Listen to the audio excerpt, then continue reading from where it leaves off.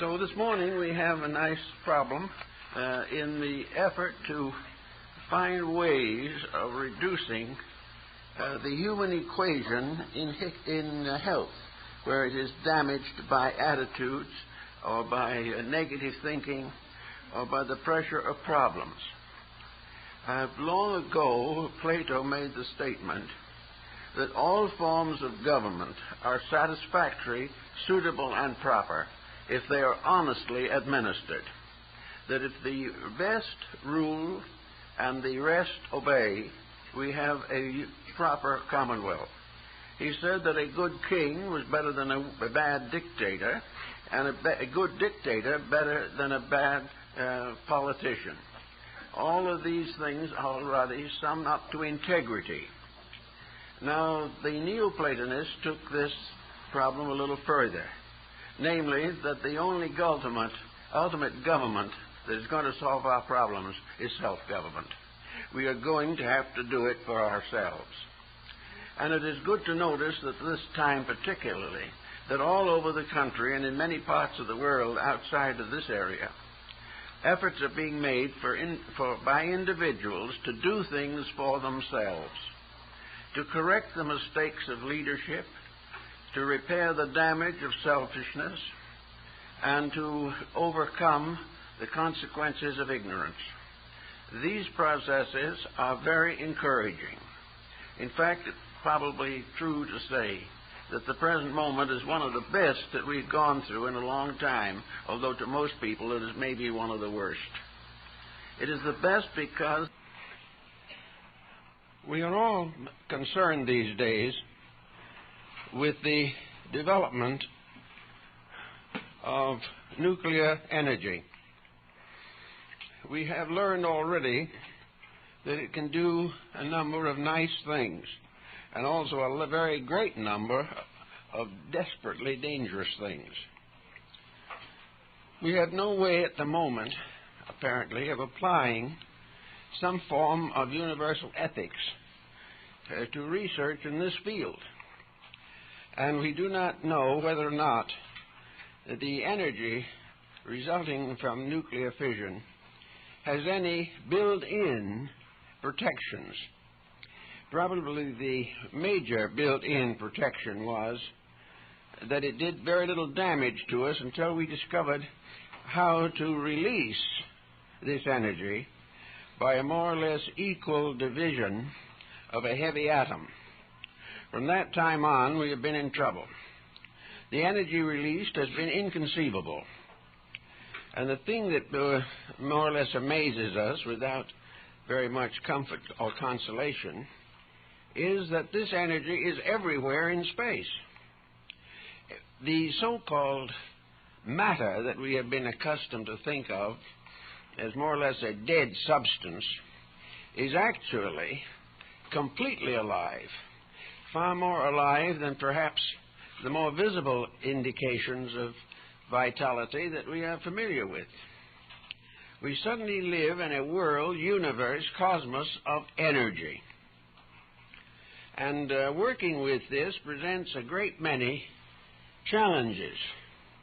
And this morning I thought we might try to just kind of ramble along and consider some of the elements and factors involved by means of common examples. Now, this problem of energy seems to tell us one thing primarily, that energy, life, is an internal factor in living things. It is not conferred, it is innate. It is part of the structure of these things themselves, and all living forms live off of their own internal energies. These energies are usually moderately distributed. They come as are needed. There is energy behind a blade of grass, but this blade of grass does not directly lead to any tragedy. It has been directed by inward laws in the use of its energy factor. Everything is using energy in some form. whether it be for personal life or collective social existence. Energy is the great mover of things, both qualitative and quantitative.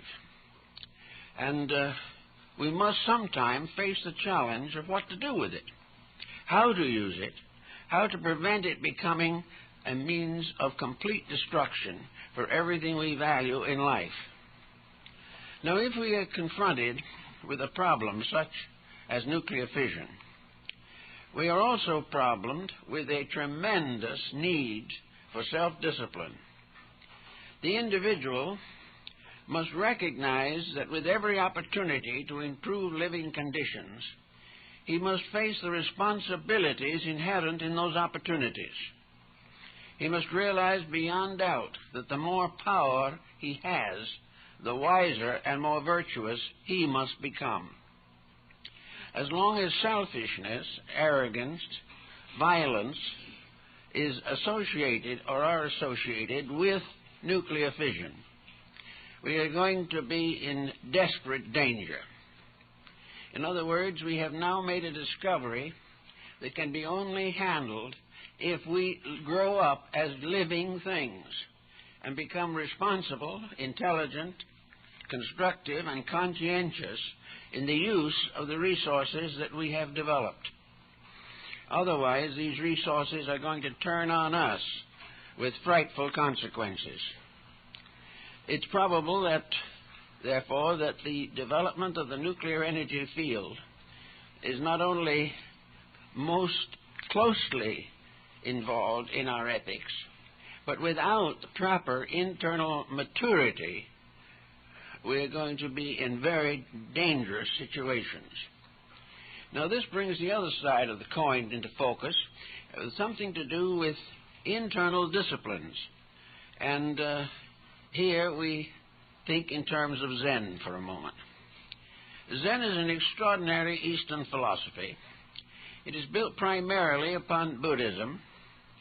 It is also, however, deeply involved in the cosmological and anthropological philosophies of the ancients.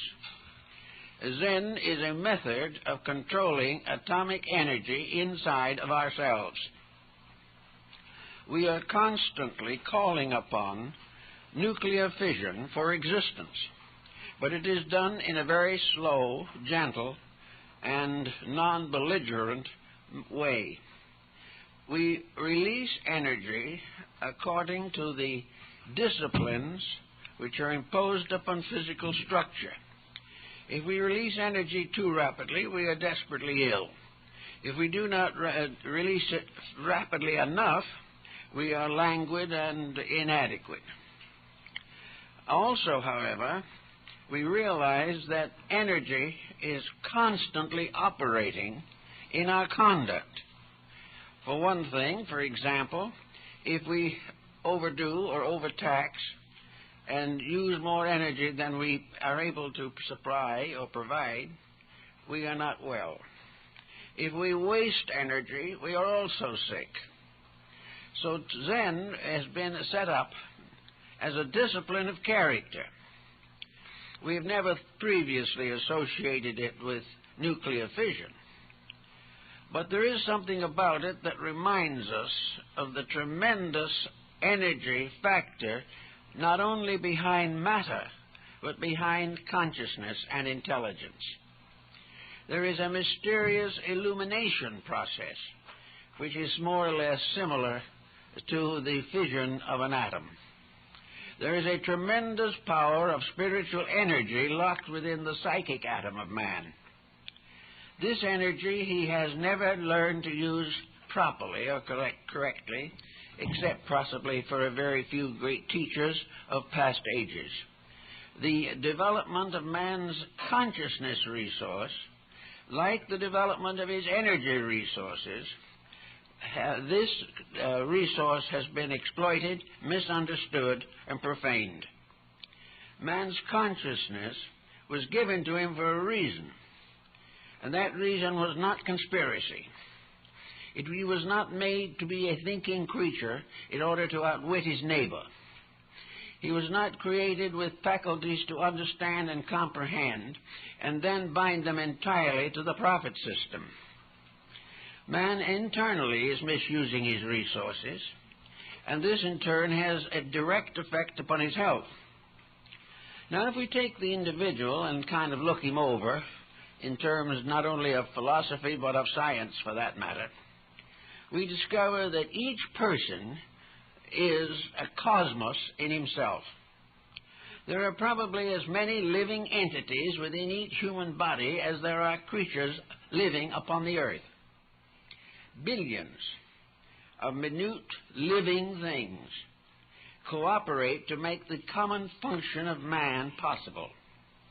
These minute things become divided, so to say, into races, nationalities. They are given locations, continents. They are nourished. They have their own system of growth and reproduction.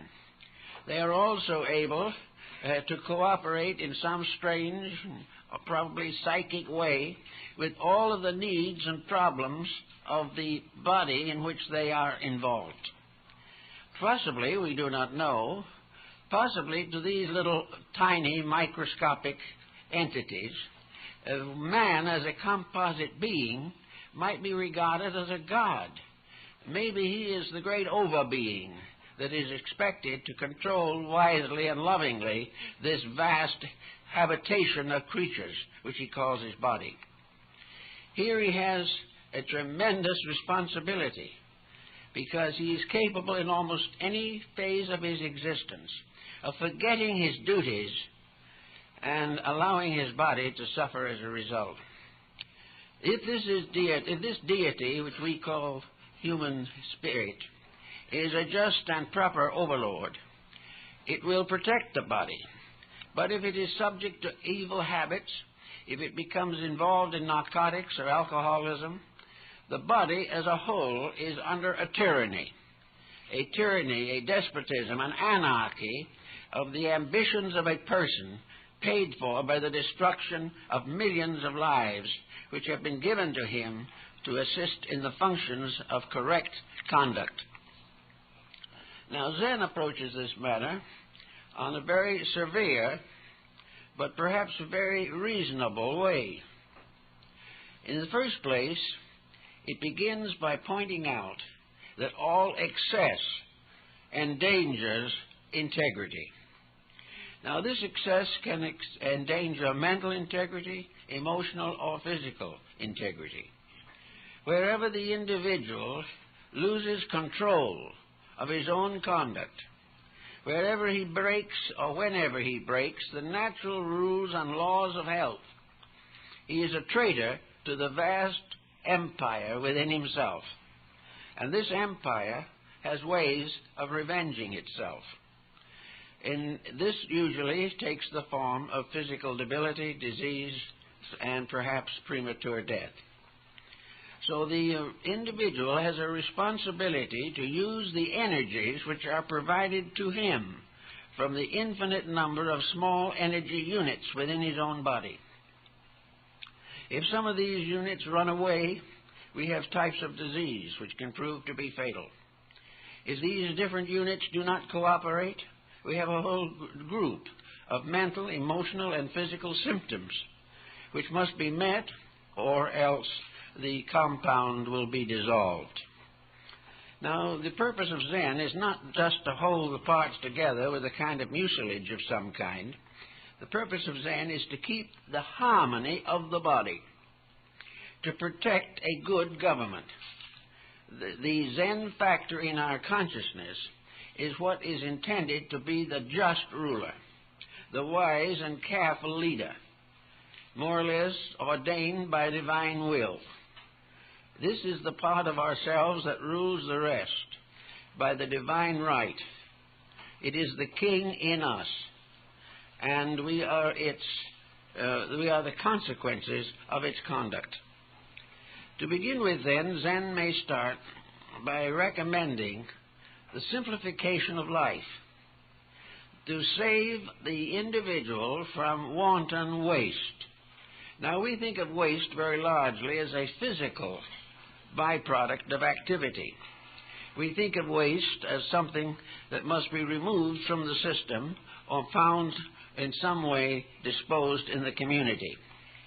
But actually, what we are really concerned with is the conservation of the life factors by means of which our length of life is largely determined, and also the quality of that life in its relationship to its environment. The moment the individual ceases to be serene, in that moment he becomes dangerous to himself and others. Now, we know that most persons are suffering almost constantly from small naggings, from minor things that happen that distress and annoy them. Zen is a discipline to recover from these unfortunate factors. The purpose of Zen is to smooth out, to make even the way of life. Now, this does not mean to make it monotonous. It does not say that we cannot have constructive emotions or mental activities, but it means that negative, destructive releases of energy are dangerous. It is just as dangerous for the individual to have a temper fit in terms of his relationship with the lives within himself as it is to have some foreign nation release an atomic bomb. Anything which destroys balance, which destroys life or misuses it so that it becomes self-destructive, is working a very great hardship not only on his own body and his own life, but upon the community and the world in which he lives. Therefore, it becomes very important for the person to realize that wisdom, in a sense, is a way of life. It is not a mental activity alone. It is the power to discipline conduct by intelligence. Now, this is something we all need, but in order to attain this, it is sometimes necessary to secure special training in such a process. We know that our educational system does not teach us self-discipline. It simply creates habits. It causes us to descend or hide ourselves behind a single attitude and remain behind it as an economic factor as long as we live. Actually, however, the consciousness within ourselves is in demand of constant leadership. We have to learn how to rule ourselves. And the man who rules himself is greater than the one that taketh the city, according to the Scriptures. Zen, however, is not one of these punishing things. Of course, the Zen monk, under discipline, is provided with intensive opportunities for self-discipline. If he doesn't accept them, he probably will be rejected from the order. But the primary purpose for the layman, the individual who is not actually a member of the Zen community, is to take those parts of the doctrine most useful to himself and apply them to his own immediate needs. The first thing he must do is place a watchfulness upon himself. He must become increasingly aware of his own conduct. It is not that he should become bound to constant personal criticism or analysis, but that he must, in a reasonably relaxed state, observe what he does, how he does it, why he does it, and the consequences. Now, this type of thinking is not very common these days. We live by impulse, which is an explosion or loss of energy. We live with regrets, more energy wasted. We become angry, that is practically nuclear fission. In all these different things, we are constantly misusing the most important thing we own or possess, and that is energy. That is the life within us, which will unfold and evolve with us through all eternity. It is the reason that we are alive. We are a mysterious center of energy surrounded by manifestations of itself. These manifestations go into every function of our structure and body. These manifestations include bones, nerves, muscles, glands, and all the different divisions of our physical structure. This energy division also includes our thoughts, our feelings, our beliefs, our doctrines, our hopes, our fears, our worries, our agitations, our happiness, and our misery. All of these represent expenditures of energy. And we are told now, and probably it is true, that the world at this time is short in energy. This shortness of energy, the supply is not adequate. This shortness of energy is present in each of us. People are not as happy as they used to be. They're not as reliant. They are not as thoughtful. They are not as dedicated to principles. The average person today is wandering around, mostly wasting energy. One of the fine ways of wasting it today is to devote it to television programs. If you watch those long enough, you can suffer from complete exhaustion. And don't forget the energy necessary to produce those programs. Calling upon resources in short supply, we use what there is wastefully. We make no effort to try to find a legitimate value in what we do. Most of our time, we are perhaps wasting energy by being sorry for ourselves. Another type of waste is to constantly worry about the world. We do all kinds of things in which we use up energy, fully aware of the fact that the use is going to be non-productive. We can get annoyed at anyone we wish to be annoyed with, but in the end, we have simply wasted more energy. Revenge is a total loss. Anxiety, not much better. All of these different ways in which we waste or use or expend energy have a tremendous effect upon ourselves. In the human being, almost all energy waste is also involved in destruction of tissue and fabric. Wasted energy is depleting the resources of the body to recuperate from disease or to continue the process of growth and repair necessary to its survival. The moment we waste energy, we endanger the one commodity upon which we depend for everything. Therefore, in Zen, we are taught, as best as we can be taught, to conserve energy, to prevent ourselves from any willful waste, to prevent ourselves from any extraordinary attitude which is going to bring a negative reaction. The moment we overuse energy, we get a reaction. We find a deficit taking the place of the exhaustion. We find ourselves more tired, less able to carry on the constructive works of life, less patient, and gradually less functional in our daily habits. Therefore, every waste is resulting in a deprivation. We are some way being penalized for the misuse of the powers at our disposal. Zen now comes into the matter as a philosophy of life. It is based upon a series of attitudes.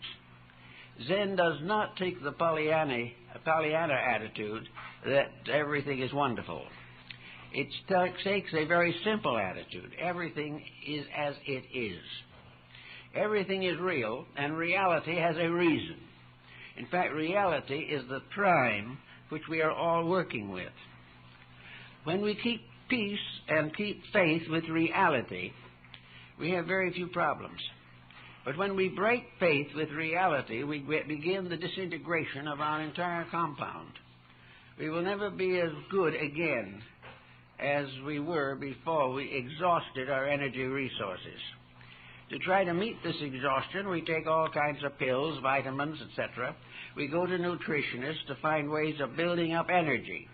But the first and important factor in building up energy is to keep the energy that we already have, to use it usefully and constructively. If we are very deeply involved in a worthy cause, and we find that we are not able to carry on as well as we used to, there might be a cause for energy supply in terms of nutrition, in terms of better habits of living. We can take the necessary vitamins and minerals to build up energy that is lost through legitimate activity. If, however, we are wasting all we have, get more pills so we can waste those also, we are not gaining much. We will never really gain until nature and nature's ways are honored, are given precedence over every attitude of our own life. In religion, we get letters quite frequently from people who are confused or disturbed by religious associations of one kind or another. They say that so many people who claim religion and really believe in it never practice it. They are actually constantly speaking about brotherhood, but they do not create brotherhood in their environment. They are told to be merciful, but they are still critical. We are told to love the stranger, so we can't even love our families. Most people keep all the virtues for themselves alone. They love themselves. This, however, is of very little social value. It's much better, therefore, to realize the importance of a doctrine that is not valuable because of its name or because of any of the exercises associated with it. The value lies in the individual taking the disciplines necessary to reform his own nature and qualify himself for a better level of energy and a better destiny in this world and the worlds to come. So as we watch this tremendous demand on energy, more electricity than ever before, and we find all the natural resources of society gradually diminishing, we have a very sad thought somewhere in the back of our minds. What is going to happen when the coal is all gone? What is going to happen when we run out of petroleum? What are we going to do when the various resources of energy which we now have are not only overtaxed beyond the possibility of meeting the demands, or that even the amounts that we have now will gradually fade away? How are we going to get along, for instance, when we have no way of maintaining this intricate culture that we have built upon a tremendous internetwork of energies? Well, some of the scientific people are hoping that by that time we will be able to tune in on nuclear energy, that the only source left to us is the source of universal life itself. Here, however, we have as yet come a very short distance, but we've already learned that we are now fooling with something that is extremely dangerous. We want the energy. We are dying to keep up all of these things that we have. But if we keep them up the way we're going now, we're going to die from the consequence of keeping them up. We are going to be in a very desperate situation because we are not going to be able to handle a higher degree of energy unless we raise our own level of integrities. We are no longer dealing with materials that we can buy and sell. We are dealing with a universal power that extends beyond space and time, that runs and works according to laws inherent in itself, and there will never be a way in which the human being can alter those laws. He must gradually learn to abide by them and reconcile his own conduct to the requirements of infinite energy. This is going to be quite a little job for him. So he must begin to prepare for it. There is a tendency now for fear to come in and make us a little more cautious. We are discovering a little more every day the danger of our own mistakes. We are realizing that we cannot go on being foolish, even vicious, without ultimately getting into difficulties. Somewhere in the ancient background of things, commandments were given to us by sages or saints, or some believe by the finger of God upon the crest of Sinai. We were given ways of life, commandments. We were given lessons, morals, fables, parables, to help us to find out what the divine plan for man really means. Now, many may say that there is no proof that these are divine revelations. Now, maybe there is not any actual proof, but there is another kind of proof, and that is the disaster that occurs when we break them. It is not necessary for us to find out who made them. The only thing that is necessary to find out is how we can keep them, and by so doing, to protect ourselves over the long range of the future. It might be interesting to realize that the possible source of energy that we have neglected is the energy resource within ourselves. There is probably enough energy in each human being, if improperly used, to blow the planet out of its orbit. But there is also enough energy in the human being to make it possible for him to gradually and methodically take over the complete direction of his own existence. He can meet all the needs that can arise, because these needs are satisfied by resources within himself. And when these emergencies arise, which he must face, the resources come forth to meet them. But the resources can't do anything unless the individual takes a kind of voluntary pledge to keep the rules. We are now greatly burdened by man-made rules, by laws, most of which are inadequate. We are burdened by a complex structure of legislations, of values, of standards, of ethical confusions, which we do not really know what to do about. There is no solution in trying to keep all of these rules without knowing why they're there or what they are about. We can be law-abiding forever and still die young. There's more to it than this. And the thing that is more to it is the realization that all these laws are related to the rules governing our own lives. That we must begin to think in terms of keeping faith with realities. We can no longer live in a kind of fool's paradise. We can no longer say we are each of us entitled to complete independence. We must no longer think in terms of how much liberty we can gain or how much authority we can destroy. The problem is to realize that we must transfer our allegiance from the insubstantial substance of physical policy and restore it to where it belongs, the infinite rule of a divine plan working in nature. If we can keep the rules of the divine plan, the rest will take care of itself. If we break these rules, no amount of legislation can give us survival. We will perish because we break the rules of life.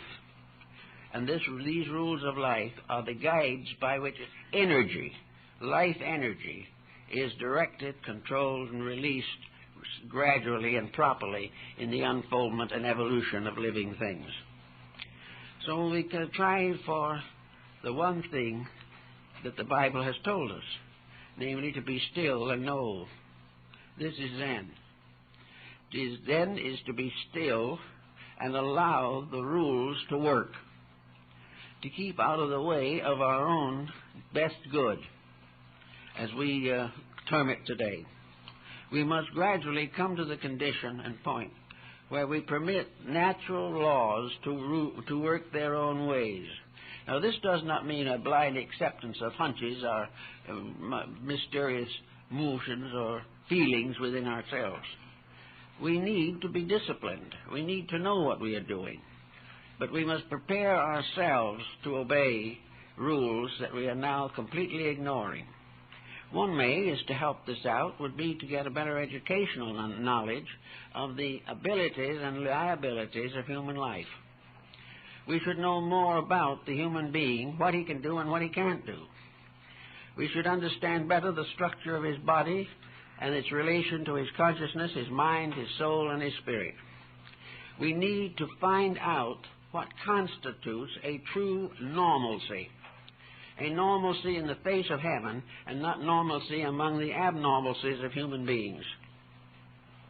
If we can find out the basic pattern of what is best for us, we can then begin to build. Now, many people feel that they have tried to live according to what was best for themselves. But then again, if the level of interpretation was not high enough, if the best was not good enough to provide survival, then the best is not worthy of very much attention. The best must be that which is closest to reality, not that which is closest to self-satisfaction. We must become more and more aware that that which is best for all is also best for us, and that we are no longer simply separate entities struggling for survival like a number of bugs in a water barrel. We are more than this. We are creatures living together, bearing witness to millions of years of growth and development. Creatures so incredible that no scientist has ever been able to truly understand the structure of the human body. So remarkable in its mentations that the processes of the mind remain unsolved mysteries. And also with bodies so extraordinary that no machine ever created by the human being can approach them. Bodies that depend upon miracles performed every day for survival. Bodies that are moved by energies which we have not been able to really discover, and which will serve us well if we keep faith with them. All of this is part of a contemplative life, and a contemplative life begins by smoothing out everything that might cause waste, that anything that is lost through excess of attitudes. Therefore, it is not wise for the individual to physically over-exercise because he is using too much energy. Socrates was approached on this problem once, and he said he would never walk or take a walk unless he was going somewhere. The idea of going around the block 50 times never occurred to the old Greek, and yet he was strong enough so that when he was in battle, the enemy separated and went on each side of him. They didn't face him. So, physically moderate and right, rhythmic, not excessive. Every part of physical motion should be more or less dominated by artistry. The human body is a magnificent thing, and it is particularly wonderful to the artist who knows how to use it. The body is something that requires a tremendous amount of aesthetic understanding and the most delightful and possible protections of all of the functions and properties of the body. So if the body is not overtaxed, it will in an emergency rise to almost any occasion. A body that has been properly taken care of then becomes a strong help in time of trouble, whereas a body that has been worn out with nuisance values is of very little use to the individual who owns it or anyone else. Then we go into the emotional life of individuals. Emotional energy is more subtle than physical, but it is of the same quality. There is a mysterious nuclear fission of the emotional atom.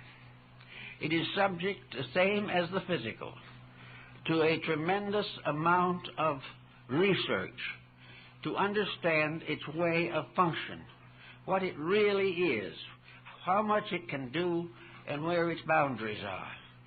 All possible means should be used to make sure that the emotional energy does not come into conflict with the physical.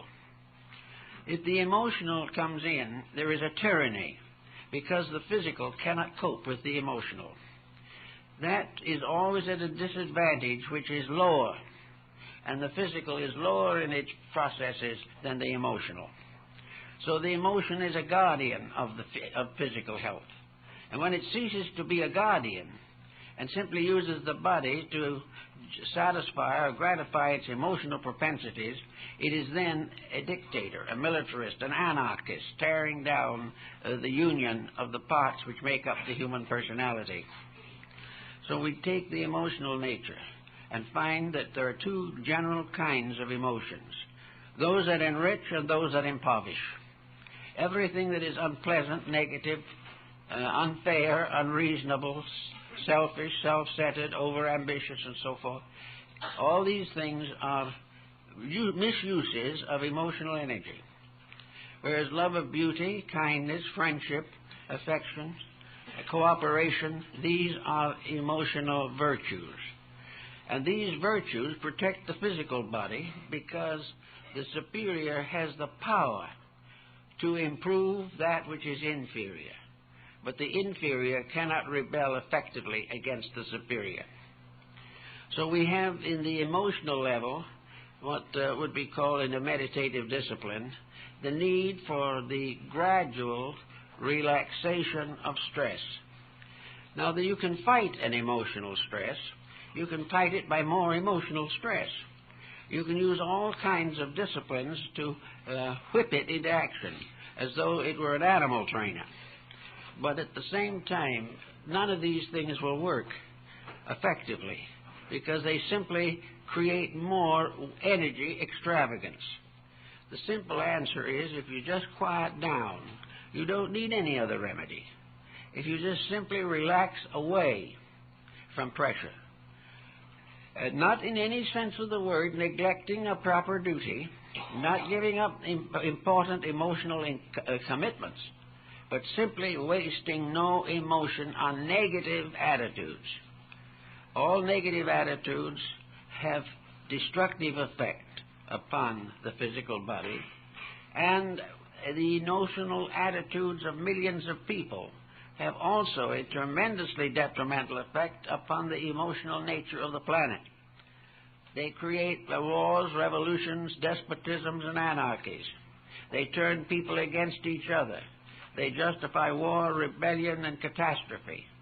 These are all more or less dependent upon lack of emotional integrity, so that we can look around us and see how important it is that we really try to keep the emotional nature under some type of reasonable control. Once we begin to control it, we find it's rather nice.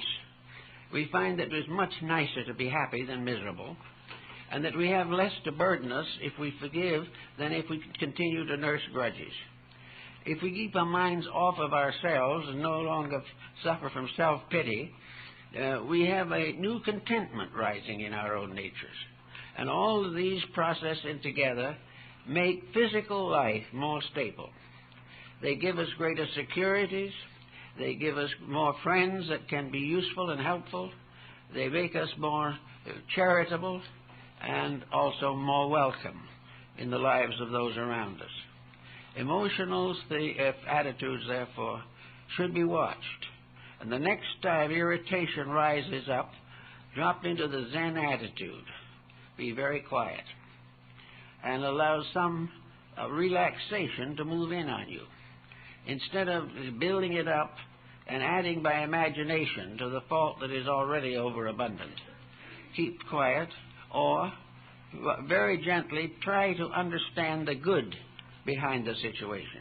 If somebody annoys you, be quiet for a moment and realize that this is an opportunity not to be annoyed. And that when you are able to make most of that opportunity, you have had a marvelous lesson in self-discipline.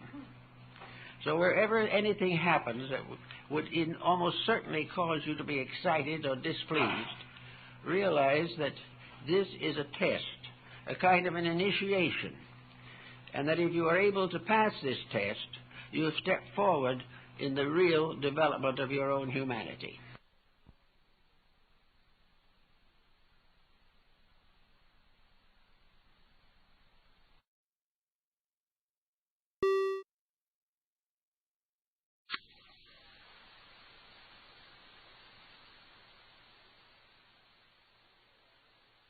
Realize that this is a test, a kind of an initiation, and that if you are able to pass this test, you have stepped forward in the real development of your own humanity. So we have the emotions by means of which the body can be protected or persecuted. And then we proceed on to the mind, and here we really have a tricky fellow. The mind is a center of self-justification. The mind is forever telling us that we're right, whether we are or not. And the mind is also forever telling us that we're entitled to anything that we want, and this is also untrue. The mind tells us that we are living in a fun generation, but the mind is a liar because very few people are having any fun. We are told that we should have anything we want, but all we get out of this is an exaggeration of our desires. We want more. The more we get, the more we want, and when it comes to the final end of things, we leave it all behind. The mind has become a servant of our pleasures. It has found ways to contrive the justification of almost anything that we want. The mind tells us whatever we think we need. And it also helps us constantly to build false pictures of our environments and our relationships with other people. The mind, therefore, is lazy. Very few minds really want to think. What they really want to do is to scheme. They want to jump at some conclusion. They want to back up an emotional attitude. They want to say to you or to themselves that the emotions say, I must have it. The mind says, well, then you probably better get it. And the result is emotion plus mind equals bankruptcy. All these things we have to take into consideration, yet the mind is not so bad. The mind also is an atom that can be split. It has tremendous energy potentials. In fact, we are wasting mental energy even more rapidly than any other kind. Because wherever we use a faculty or a function without training it, without giving it proper boundaries, without understanding what we're doing, we're working a hardship upon that faculty itself. So the mind today is behind our politics, behind our international intrigues, behind all these various colossal projects of mankind, which really mean nothing. The mind gives us a world which is little better than a castle in a sandbox.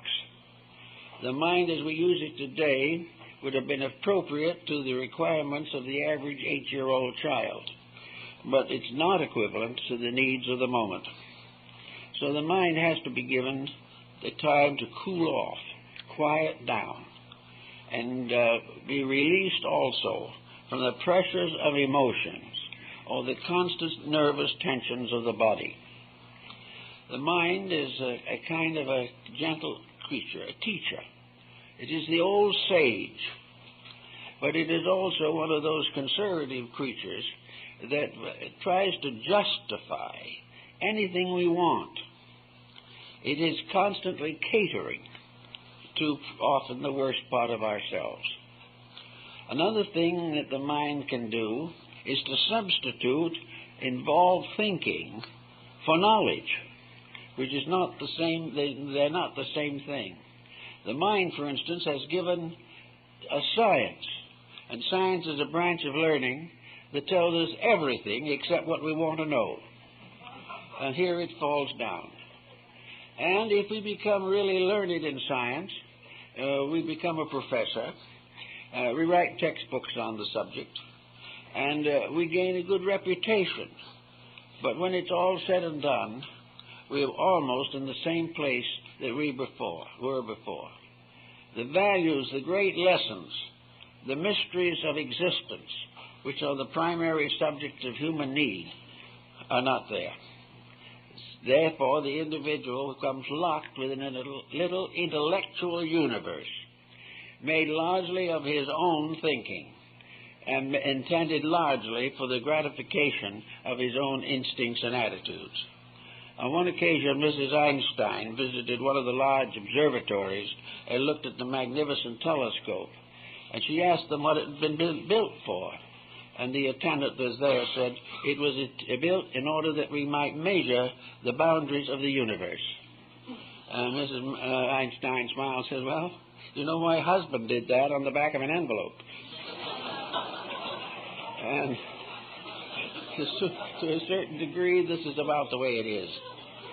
We are working with a tremendous mental world, and we're getting so fascinated by it that we think it is going to do us some good. But if it hasn't done it by now, it is not likely to do it in the near future. We are simply caught in a mental pattern. We justify our thoughts without understanding them, and we also continue to think of them and with them, although we have not considered the universe in which we live. It is assumed that the universe is whatever we want it to be. And if it isn't, it will be if we plan long enough and hard enough. But with the length and hardness of our planning, we come only to extinction. We cannot escape from the inevitables of the universal procedure. And every person with a philosophy of life has finally got to base it on universal truths. Nothing else will serve the purpose. Nothing else can help us to the degree that we need help. Then above the mind, we have certain other faculties which are a little dim, but which we do think a great deal of. One of them is the soul. And probably the soul is the most powerful atom that we know. It is said on some occasions, or believed, that the illumination of Buddha, when the universe opened, and all the deities of all the worlds flowed down to form a vast galaxy of radiance that extended from one end of space to the other, that this was the fission of a soul atom. In other words, illumination is this transcendence, the complete release of energy. And this energy, as spiritual or soul power, has a very large part to play in our lives, much more than we realize. We are not supposed to be sitting around waiting for this soul atom to be split, but we do have to recognize that the soul is an energy, and that this energy has a tendency to attempt to control the conduct of the individual to whom that particular soul is attached. The soul, therefore, is a moral force. It is conscience, perhaps, if you want to call it that. It is certainly a mysterious guardian angel. It is a power. The Greeks and Egyptians called it the daemon. Not demon, but daemon. A spirit, an invisible thing, more powerful than any power that we know in this world. This soul power is the thing that reverses the motion of energy in our bodies. While we are functioning in the normal way, the soul is generally locked away by itself, with every effort being made to prevent any of its impulses from reaching our daily conduct. We do not want to be led by the soul today. We know that it will interfere with wealth, worldly position, and all the things that we regard as important. It may also warn us against alcohol and narcotics, or any other evil habit. But because of our attitudes, we do not want the soul to take the leadership. We want the soul to be very quiet, contribute nothing if possible, and remain inactive throughout life. Occasionally, however, we get a little twinge of need near the end and try to make some peace with this mysterious overpower in ourselves. But the soul as an energy can be of the greatest value, but it must function very quietly. If we put the mind to rest, not negative, but just calm, and let the emotions rest in peace, and let the physical body relax normally, and everything is quiet and peaceful, we may have the opportunity to hear or sense the presence of the soul, or what Emerson calls the overself. Then we begin to get messages from the inside. Now, we get messages from the inside on other levels. I know people have gotten some horrible messages from the inside. We can be deceived and deceive others on the grounds that it came from inside ourselves. But the real fact of the matter was it was merely a sublimation of wrong mental thinking, wrong emotional pressures, and wrong physical conditions. The negative mind, the self-centered emotions, can also radiate messages, but they are all tinctured by self-interest. They are all the result of egotism or ambition or worldly pressures. But if we are quiet and these pressures are not active, then the natural power of the soul and its energies can come forward to become a vitalizing force in our daily life. If the soul is able to lead the rest, the individual is practically safe. He will then grow as he was intended to grow. with the superior controlling the inferior on every level. The body must be controlled by the energy fields. The energy fields must be controlled by the emotions. The emotions must be controlled by the mind. And in due course, the mind must be controlled by the soul. When the superior in each case leads the rest, we have the proper government. We have a true commonwealth. We have no longer a despotism. We have the proper regard so that each part of our compound nature is duly and properly protected and given the resources necessary for its proper function. Now, the soul power gives us a capacity for peace. The soul gives us that something which surpasseth understanding. It is that which in everything makes the individual indestructible. It is something that cannot be taken away by any actual circumstance of physical existence. All motions, all thoughts, all physical conditions are relaxed into a normalcy in which the individual is not frustrated, not inhibited in any way, but is completely relaxed to reality. If he can gain this attitude, he will then have the energy fields of his body in the best possible relationship. Mesmer and several of those who worked with magnetism were quite convinced of the reality of a magnetic factor in the human being. This magnetic factor worked upon an energy field which was natural to the person. Every individual living thing, from even a tiny little pebble up to the vast galaxy itself, everything has an energy field. This energy field bears witness to the radiance of the gradual release of atomic energy. This energy field is the atom in ourselves acting as a motive power for all else. This was probably the idea behind the legend of the Atlantean energy called Vril. Vril was an energy which was internally created, depended on no fuel, depended on no machine. But without fuel, it could move and activate anything. It could create motion, but it was never, in a sense, supplied by any power outside of itself. Maybe something in the field of perpetual motion could come under the same heading. But anyway, this emotional or vital field of energy, which Mesmer referred to, he said very simply that as long as this radiant field of energy was protected, the individual would have good health. All sickness was an obstruction to the flow of life force. For the moment there was interference with the proper distribution of energy, sickness began. And if this force was deflected long enough, the area that was deprived would die.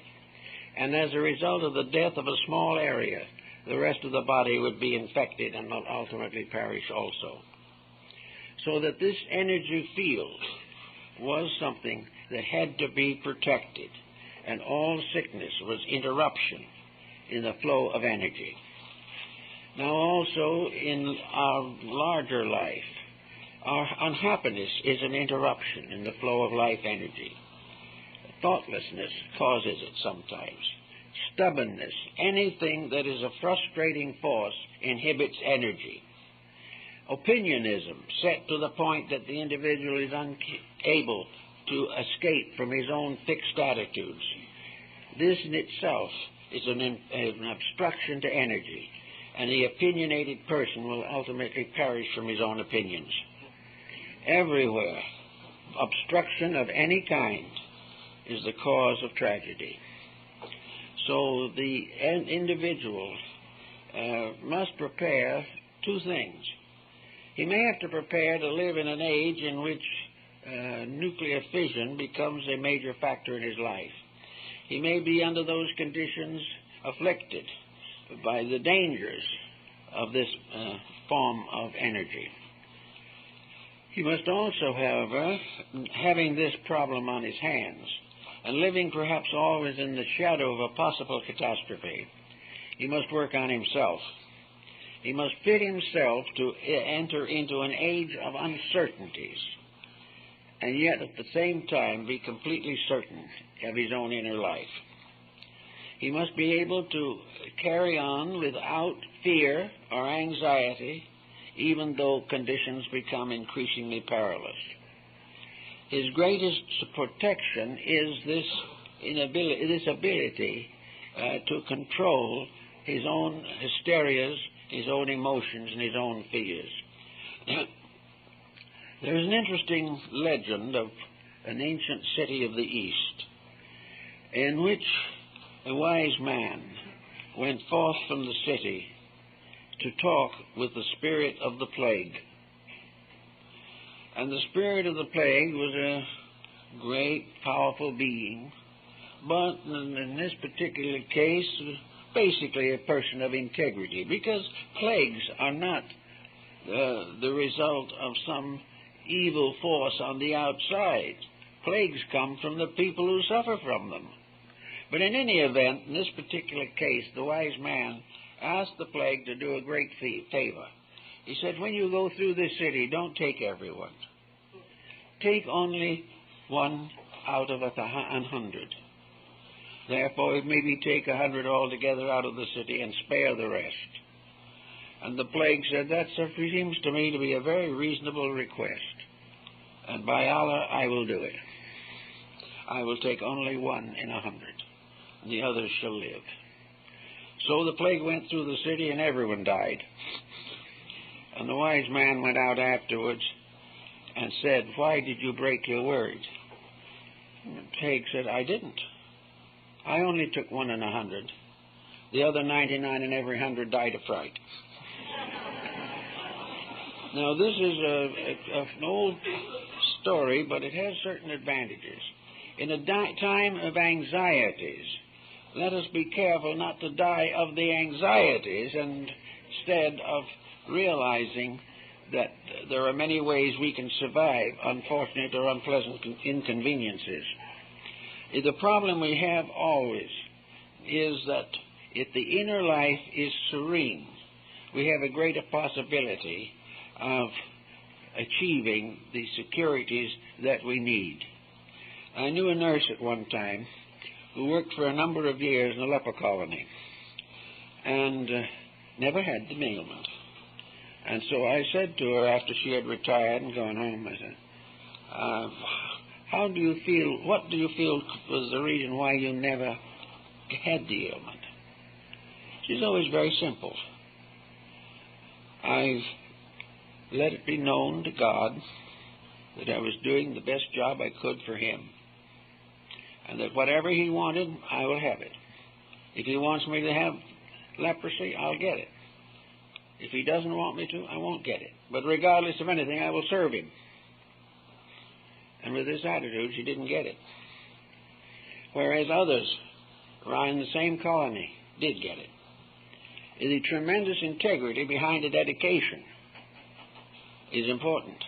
And in the time of these nuclear researches, there is something to be said for the power of the individual to survive by the very intensity of his own inner life. A life that simply does not take on the overtones of anxiety, which are more likely to kill than anything else. In the Great Plague of London in the 17th century, death was on every street. There was not really any way of burying the dead. And one individual who had the plague became so hysterical and so overcome with fear that he rushed screaming through the streets of London and jumped into the Thames. When he hit the water, he got well. The guy came out and recovered, and they asked him why it happened. Well, he said, I really don't know, but I think it's because I became more afraid of drowning than I was of the plague. So many times, problems of all levels, mental, emotional, physical, are more or less basically imaginary, are dramatized by our own reactions, and we die of these dramatizations. There are a great many cases where miraculous things have happened as a result of the tremendous intensification of a constructive attitude. I think this has probably been true of most of the shrines of healing, as Lourdes in France. Everyone isn't healed, but certain persons who have a tremendous faith in things, a faith greater than fear, reminds us of the story of the plague. It is fear that becomes the most deadly and desperate emotion in life. It not only affects our physical health, but affects our relationships with society. It affects our voting at the polls. It affects our jobs. It has a very definite destructive effect upon family life. It destroys relationships between parents and children. Everywhere, from the banking system up and down, fear leads to panic, and panic leads to destruction. So that inside of ourselves, when calamities or misfortunes begin to worry us, we must recognize the importance of not fearing. Now, in ancient times, and to a great degree still among many people, faith becomes the antidote for fear. The individual has some internal conviction about a power superior to himself. He becomes aware that he has a belief, a faith, that perhaps represents the soul dimension within himself. However it is figured, it is a power to trust realities. And when faith takes the place of fear, miracles happen. Miracles of healing happen. Miracles of adjustment to society.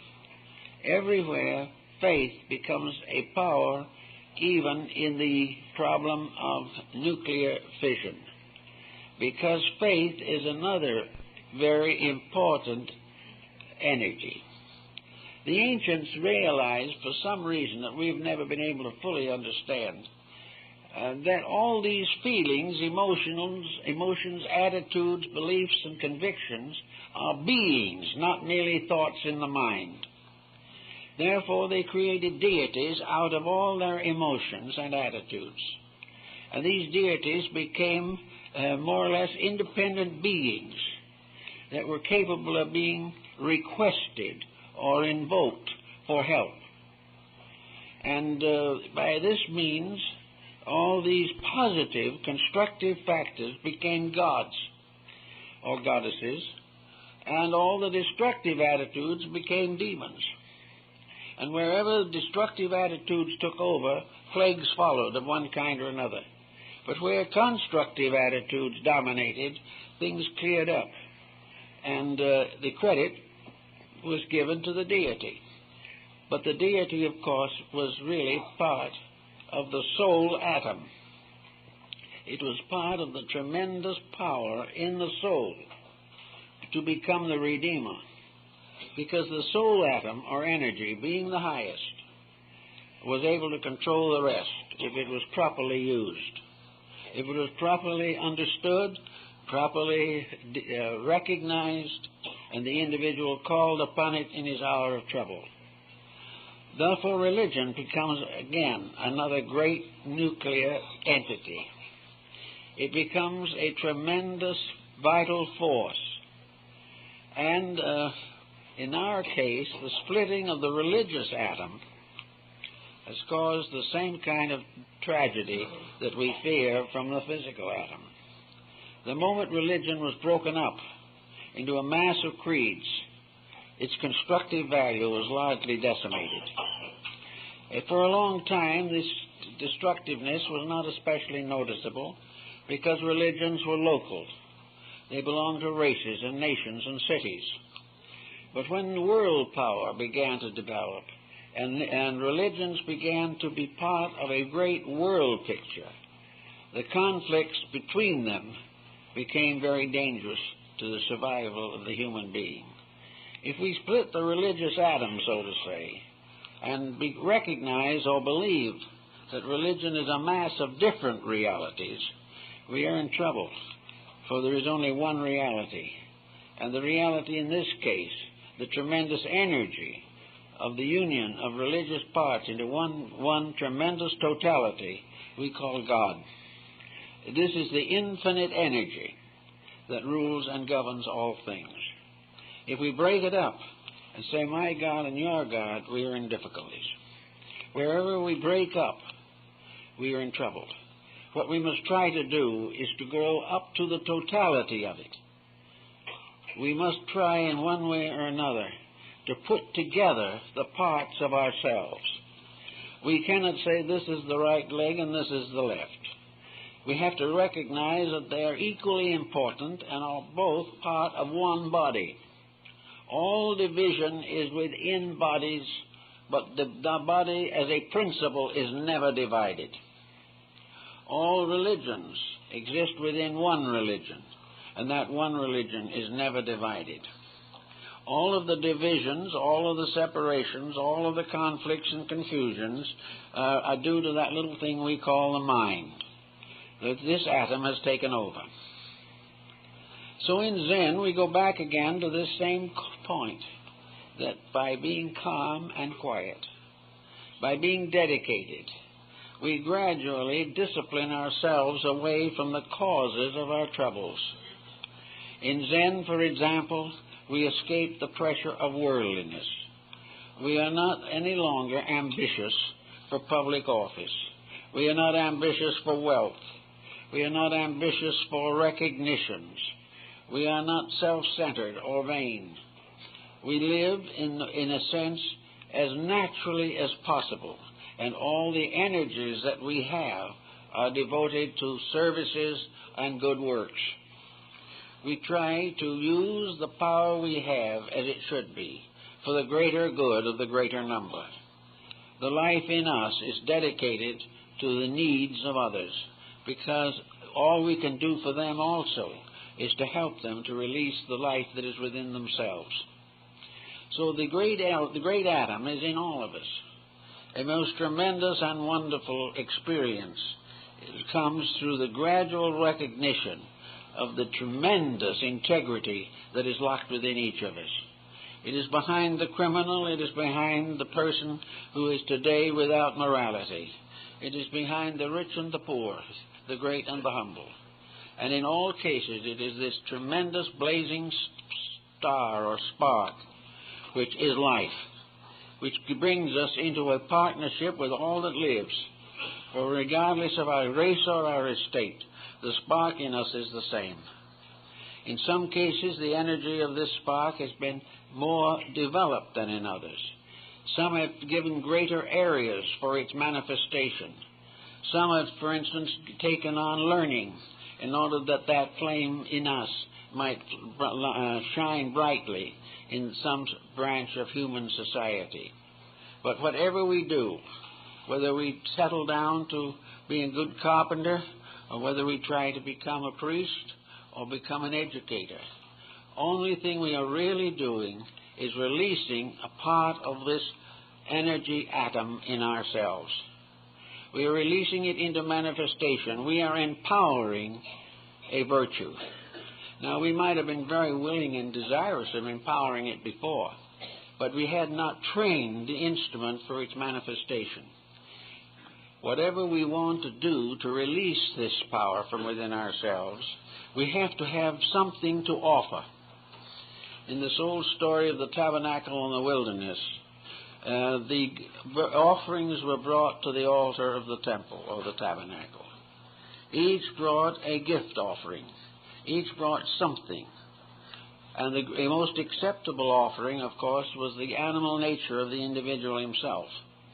There were labors of purification, where the individual gradually overcame his own selfishness and all these physical limitations.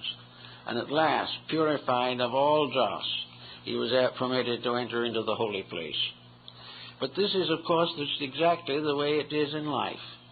We have to bring our offerings to this energy. The individual says, I want to do something, but I don't know what to do.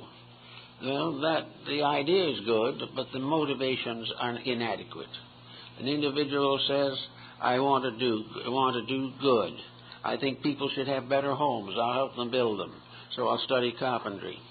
And when we become a good carpenter, then that ray of our inner soul atom vitalizes that ability, and we become servants of truth. For always we are serving the atom that is truth, and the tremendous energy center, the great spiritual atom which we call the universe, is always dedicated to good, and that which serves good gains universal citizenship. While we are tied up in our own little personal belongings and beliefs and feelings, we are private citizens. But when we begin to serve the larger causes, we are citizens of the world. And with this energy factor developing as it is, we probably will have to become aware every day of the application of certain symbolism to the new forces, new energies, new resources that we are developing.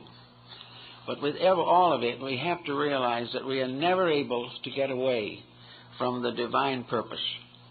No matter what we learn, no matter how much we know or how strong we become, all rest finally with the integrities which are established in nature. When we keep the rules, we are wise and good. And as we keep the rules, we discover that doing the things that are necessary are the greatest joy, and all other things become secondary. This is again a way in which we approach the problem of Zen. For in Zen quietude and self-discipline, we have reached that condition in which we permit no attitude to interfere with realities. Now, this sounds as though it might be frustrating, but it is not, because the realities are more beautiful, more wonderful, and more valuable than any false interpretation we can place upon them. It is tremendously important, above all things, to have inner peace. And until the world has inner peace, the struggles of humanity will never cease. We will never be able to fulfill our proper destiny until the inner life is at rest, because it is firmly established in truths that are eternal. Until we have these firm establishments, all of our outer affairs cannot be properly brought into proper relationships. So out of all this study of atoms and so forth, we are probably going to develop a new philosophy, a philosophy of the realization that the potential of the human being is infinite, that the unfoldment of life is eternal, that all that is necessary is always available. But between that which is available and that which we use is the barrier of our own ignorance. Therefore, we should be spending as much time as we can preparing ourselves for a larger destiny than we have ever known. Not a destiny of honors and wealth and distinctions, but a destiny of inner realizations, the gradual and ultimate realization of our place in the divine plan of things. And we also will gradually come to know, as a result of this, that there is no easy quietude beyond. We're not going to do very much harp playing. We're not going to float around on flowery beds of ease, as stated in the old hymns. We are going to find that the further we go, the more we will come under the tyranny of infinite power. We will realize that we are constantly required to manifest the divine purpose. That wherever we are going to be working to protect the flow of this divine atom in ourselves. That we are going to find more and more ways of using it. We are also going to find that it is our ever-present help in time of trouble. Finally, this mysterious atom in ourselves becomes obviously the real self and contains within itself the possibility, the potential of every value existing in nature. that little spark of divine life in us, locks within itself a cosmos as vast as any universe we can imagine. There is no end to the unfoldment of life, but all of this unfoldment is toward the final justification of existence, until someday, in spite of the scientific opinions to the contrary, we are going to find that the universe is a happy place, that it is a place of fulfillments and not of frustrations, and that we are all privileged to grow along with each other toward this goal, and that when we understand this growth, the happiness begins with the understanding. We don't have to wait for the growing. Everything that we believe and want can be fulfilled. There can be nice homes. There can be happy children. There can be busy people doing interesting things. There can be self-expression, developments in arts and ethics. There can be all kinds of wonderful experiences as we go along. The moment we change the point of view and get away from this constant sense of separateness, which is the split atom, and realize actually that these separatenesses all fall together to make one, and that in the fullness of time, in the fullness of realities, we can earn anything we want, anything we need. And that actually Zen tells us this. It says you can have anything you want for one very simple reason. You won't want anything.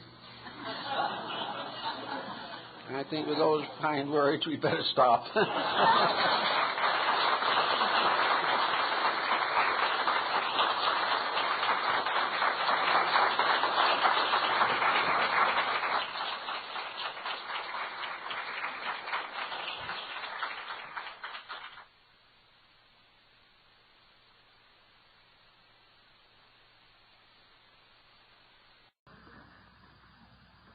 This evening we are to discuss some phases at least of the Greco-Latin philosophical mythology. And I think we perhaps should begin by remembering the words of Varro, who declared that the duration of the world is divided into three parts, which should properly be termed the unknown, the fabulous, and the historical. Now, this is a rather different division from what we are most accustomed to, but Varro goes on to tell us that our concepts and conceptions of those parts of the world's duration which are unknown are set forth in Scriptures, which relate to such things as precede man, or are before his reason and understanding. The second part, which is the fabulous, unfolds through the writings of poets, of mystics, and of those constructors and delineators of myths, of which Homer and Hesiod are typical examples. The third, or historical part, emerges slowly from the fabulous, and gradually we secure certain footings in known records and accounts, so that gradually, in the historic era, we become familiar with the positive and proven actions of men and vicissitudes of life and nature. In these divisions, therefore, that which is termed the fabulous is placed between the unknown and the historical. And we may be inclined to quote another statement of this, to the effect that mythology is the history of the prehistoric.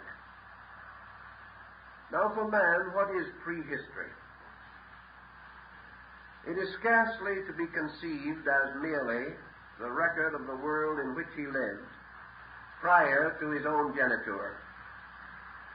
More correctly, prehistory for man is the story of himself prior to the period of fable or of legend, or of any record or account which he may retain within his own consciousness, and relating to such matters as he may know only intuitively or inspirationally, or by some communion deeper than reason or understanding. Therefore, we may say that in these three states or periods of his own existence, the first, or the unknown, relates to sleep, and to that night which came before the dawn of consciousness, thus to man's unconscious nature. Fable, or the fabulous era, to dreams, and to those first stirrings of internal symbolism, by which man sought to explain or understand the structure of his own nature, and therefore, perhaps, the first or unknown period may be termed the unconscious, the fabulous period the subconscious, the historical period the objectively conscious.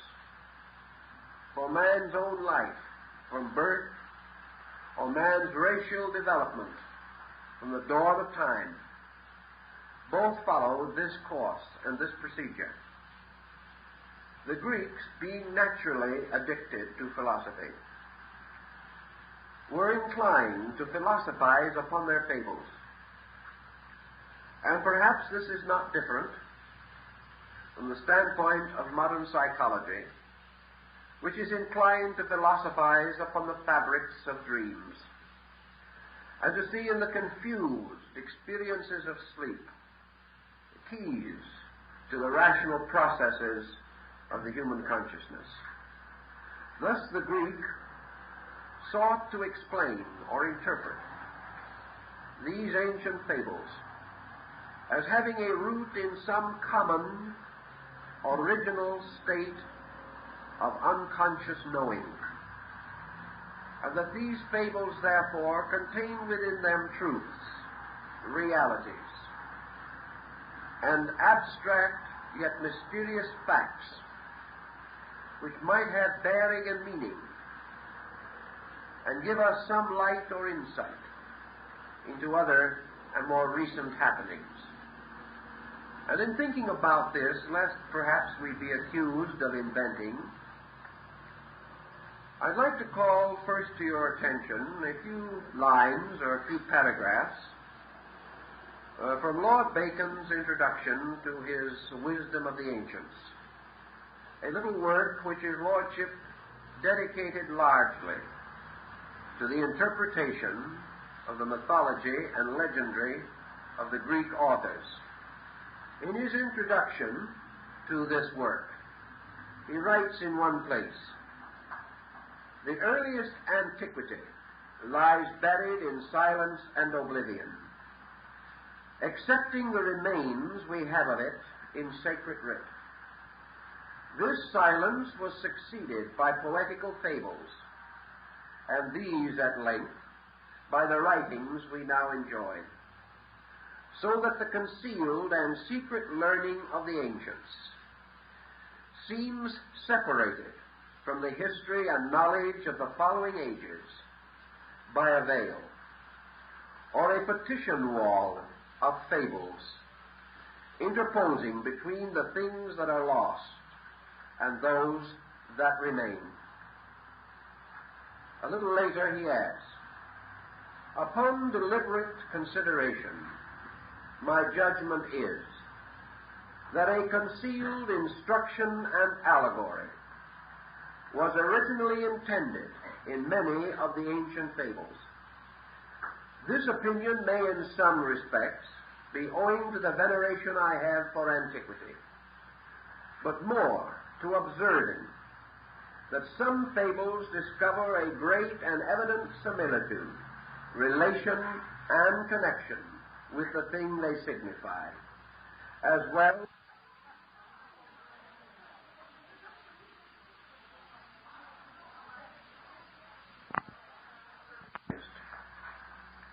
a little later he adds, it may pass for a further indication of a concealed and secret meaning that some of these fables are so absurd and idle in their narration as to show and proclaim an allegory, even afar off.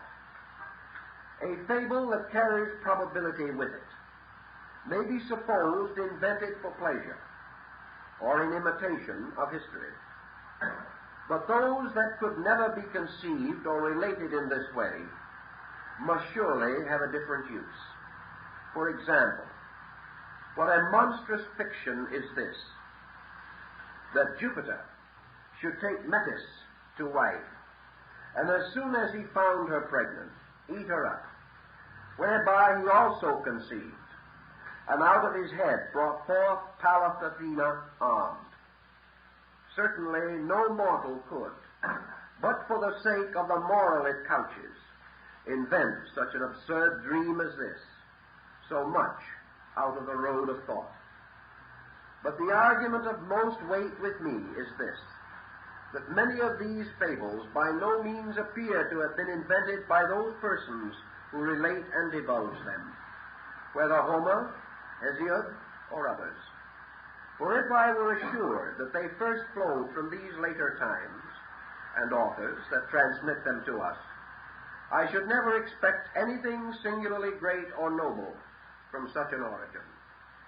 But whoever attentively considers the thing will find that these fables were delivered down and related by these writers, not as matters then first invented or proposed, but as things received and embraced in earlier ages.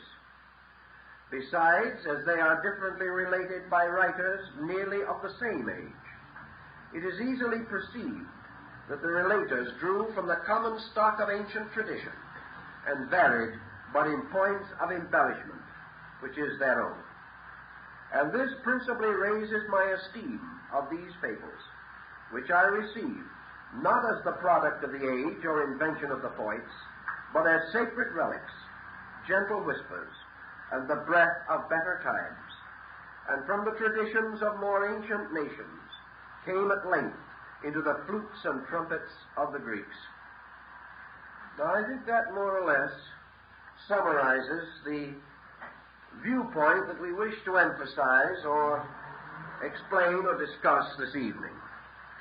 Namely, that these fables, which have not only descended from old time, but have been perpetuated from generation to generation and from culture to culture, owe their existence and their survival to some secret and purposeful meaning which they possess, which, like the famous animal fables of Aesop, but thinly conceal or clothe moral realities or philosophical facts which are timeless and forever practical, useful, and immediate in their implications.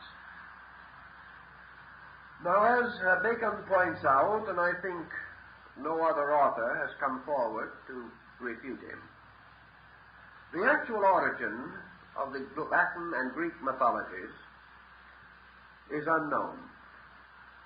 The Latins derive greatly from the Greeks, but upon a lower level of interpretation.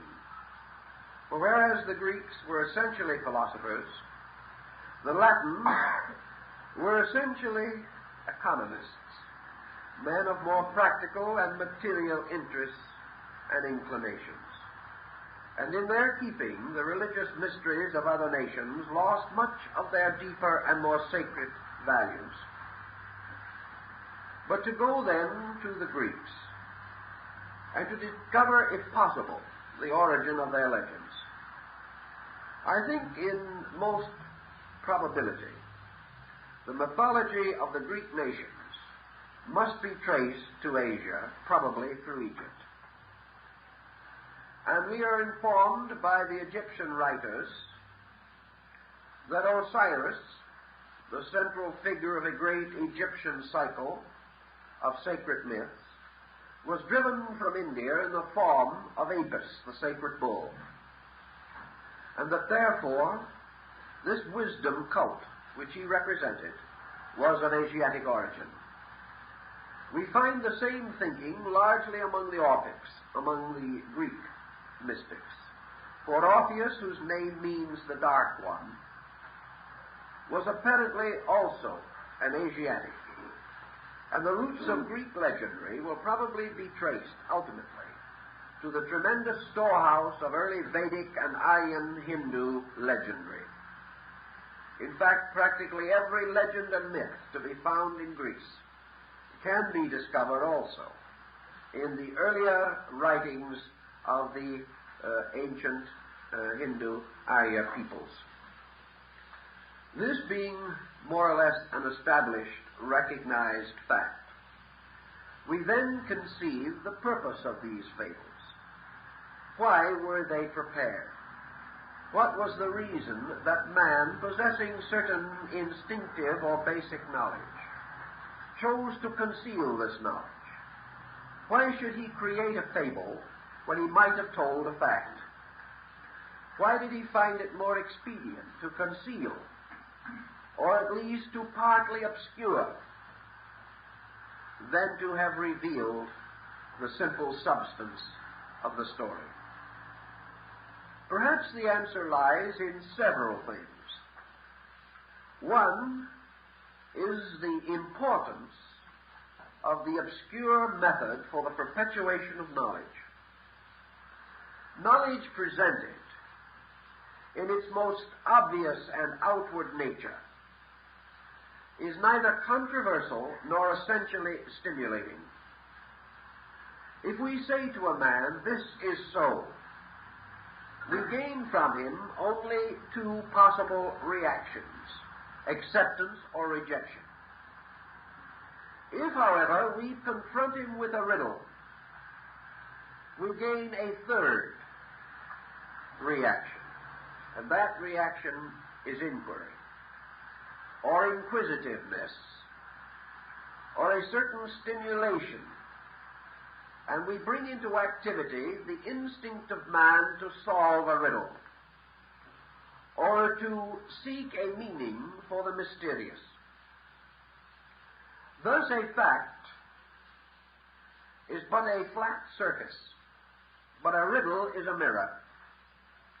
And each individual solving a riddle draws something from himself.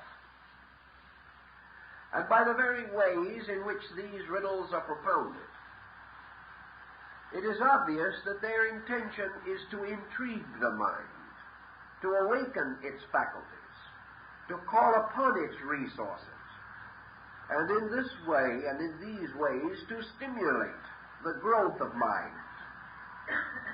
I think perhaps the answer is rather obvious in many of the difficulties and dilemmas of modern education. Dealing as we do today with so-called facts, we produce students who accept and memorize these facts, take examinations, and pass with honors according to their memories. Yet these students are not intrigued either to explore into the mysteries behind facts, or to seek those sovereign realities from which facts are suspended, and of which facts are but themselves dim shadows. So in ancient times, men seem to prefer to be excited in their imaginations, and to be called upon to solve strange and uncertain things, thus gaining strength or releasing the solutional powers of consciousness itself. The second probable answer to this riddle is that the interval or the qualitative similitudes between scriptures and fables, these intervals are exceedingly slight. And there is scarcely a scripture that is not burdened with fable. And there is scarcely a fable that does not contain within it some element of scripture. Scriptures relate to a revelation of the divine ways and purposes. Fables, to a measure, have the same import. For beneath the surface of both scripture and fable is a veiled account of processes, procedures, purposes in the universe. Things which perhaps in themselves may not easily be explained, and may remain even now comparatively unsolvable, and yet about which men must think, and about which they must come to certain rational, if not inevitable, conclusions. Thus, if Scripture is revelation, fable is rationalization. It is man calling upon the individual and collective resources of his own nature in the effort to bring cosmos out of chaos and to order his world and to integrate his own relationships with living things. The Egyptians tell us that fables are word symbols, that they are stories in symbolism, and that all fables are derived from the greatest fable of all, and that is nature. For as scriptures come from God, fables come from nature, and history comes from man. And these differences are well worth our thinking. Everything we see in nature may have a literal meaning, but it is also fabulous, because there is no process, no procedure or condition in nature which totally reveals itself. It gives us some part of a large story and conceals the rest.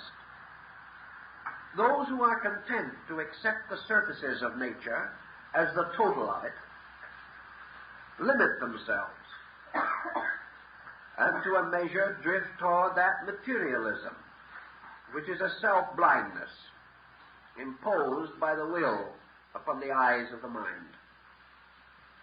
Everywhere in nature we see operations, procedures, methods.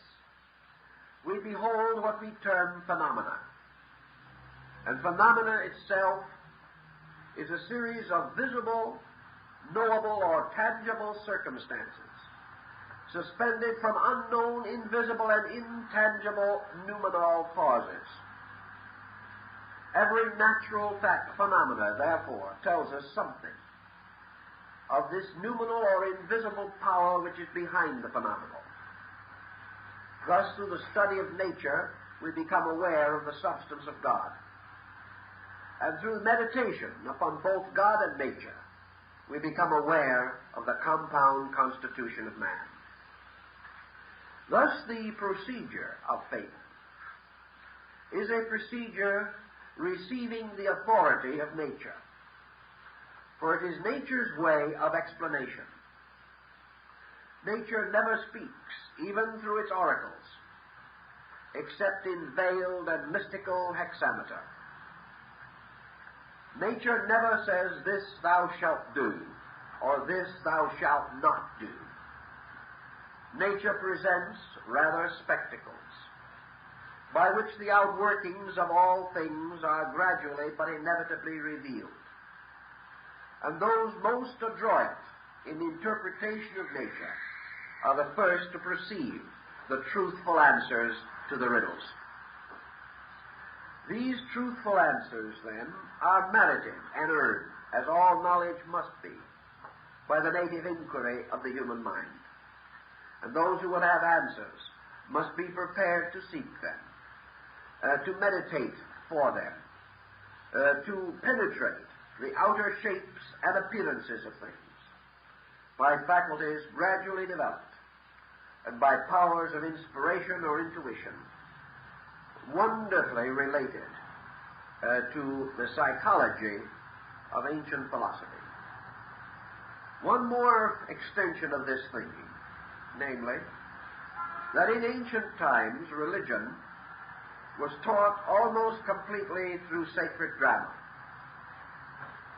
And sacred drama consisted of cunningly devised rites, rituals, by which certain basic laws or rules of human behavior, or of the chemistries and alchemies of associations of living things, were summarized, digested, integrated into abridged forms and patterns, and presented to the beholder as mystical rites, revealing, expounding, unfolding the ways of the gods and the duties and responsibilities of mortals.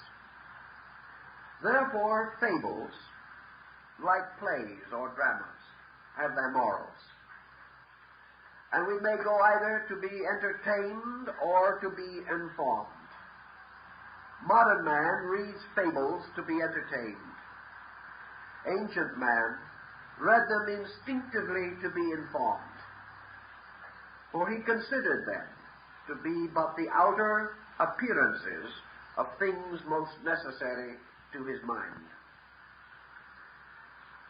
Thus, it is very probable that what we call today mythology had for the most part its origin in the sacred rituals, rites, and ceremonies of that archaic period which is referred to as the unknown part of the duration of the world. And we can, to a measure, restore this from the contacts we still have with aboriginal peoples and with those primitive cultures which have still survived and which present their findings almost completely in the form of fables and of legends.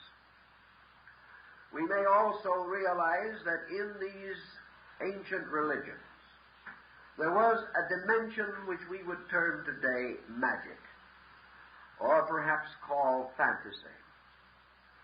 Nearly all ancient religions, rituals, and mysteries, and even those today of primitive man, depend upon the invocation of faculties and powers within man, associated with an extrasensory gamut. The idea of extrasensory perception, or the apperception of things not immediately visible. Thus we have in the beginning trances, visions, fastings.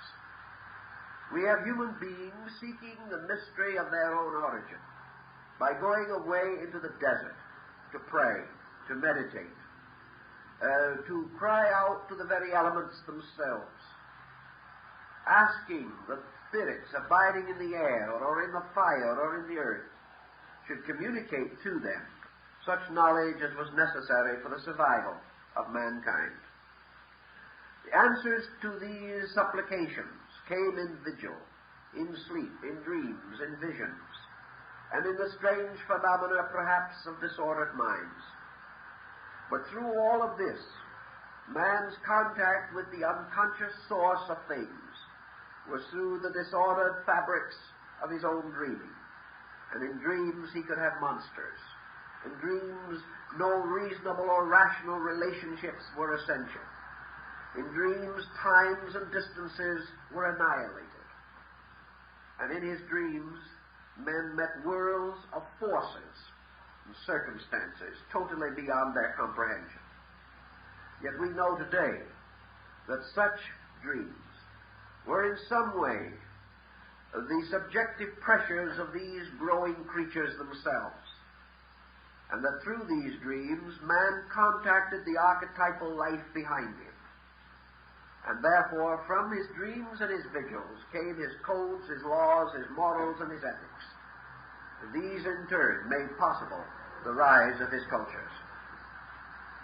All this then seems to justify or validate the secret or the profound meaning of ritual, myth, allegory, legend, and fable. It would be natural, of course, that men dreaming should dream according to their own natures. And if it was true that the Romans dreamed of empire, it is also true that the Greeks dreamt of wisdom. And for that reason, their dreams could be filled with symbols peculiarly suitable to their rational powers of interpretation. For the symbol arises in the dreamer himself, and is of substance and likeness with his own character. A philosophic people would therefore have philosophic dreams, and these dreams in turn, interpreted by others of similar minds, would gradually give solidity and foundation to great concepts and to noble convictions about the ways of life and nature. Thus, in approaching Greek mythology, we are coming upon an alphabet of symbols. And I think we are perfectly justified in assuming that men, scholars, mystics, sages, of such caliber as Aristotle, Plato, Pythagoras, Euclid, Socrates, that these men did not believe that Zeus took upon himself the form of a bull and abducted Europa. Nor do I think these persons would have accepted or worshipped a concept of religion which said that Zeus lived because he carried the horned god Zagreus within his golden thigh. These things were not intended to be literal. And it is very doubtful if the majority of cultivated, cultured Grecians from the first millennium or 1,000 years BC to the beginning of the Christian era ever held such stories in literal regard. We know from the comedies of Aristophanes and of other writings of the period that many of these fables were contained within the religious rituals of the mysteries, and that most of them that came finally to become the children's fairy tales of today did originate within these sacred rites and institutions. And we are therefore impelled from the very common sense of it to assume, as is indicated by the writings of Plato, and certainly more than sustained by the great Neoplatonic restoration in Alexandria, that the Greeks were perfectly aware that these legends were the outer vestments or shadows of philosophic truths, in which certain things not easily presented in words could be arcanely intimated and could incite the reasoning power of the individual and encourage him to the profound contemplation of the universal mysteries. And in such a spirit, then, as this, we can begin to study some of these fables in their cosmological implications. We cannot cover most of them, because the Grecian collection is of incredible diversity. And we must also remember, as Lord Bacon pointed out, that there are many versions or forms of single legends, and these, in all probability, represent local coloring from the various provinces, towns, and communities of the Greek states, each of which developed its own interpretations to these legends and associated them particularly with the deities of their own communities. What then, shall we say, in substance, did the Greeks understand by their principal deities, by that great group the 12 major divinities of the Olympic pantheon. How are they to be understood in the Greek mythology? I think we are perfectly safe in assuming from Plato, from Pythagoras, and from other sources that by these deities the Greeks meant not personal divinities, but symbolic terms, embodiments or personifications of those universal principles which lie at the root of life. And that as we refer to certain qualities and principles as energy, power, vitality, will, that the Greeks used deities to embody these principles. And why, perhaps, were they wiser than we are? Perhaps because the whole concept of mythology makes principles, energies, powers, elements, substances, worlds, and creations living and intelligent beings rather than merely conditions or states. The Greeks, therefore, did not consider the earth to be merely a chemical mystery. They regarded it as a being, a living thing.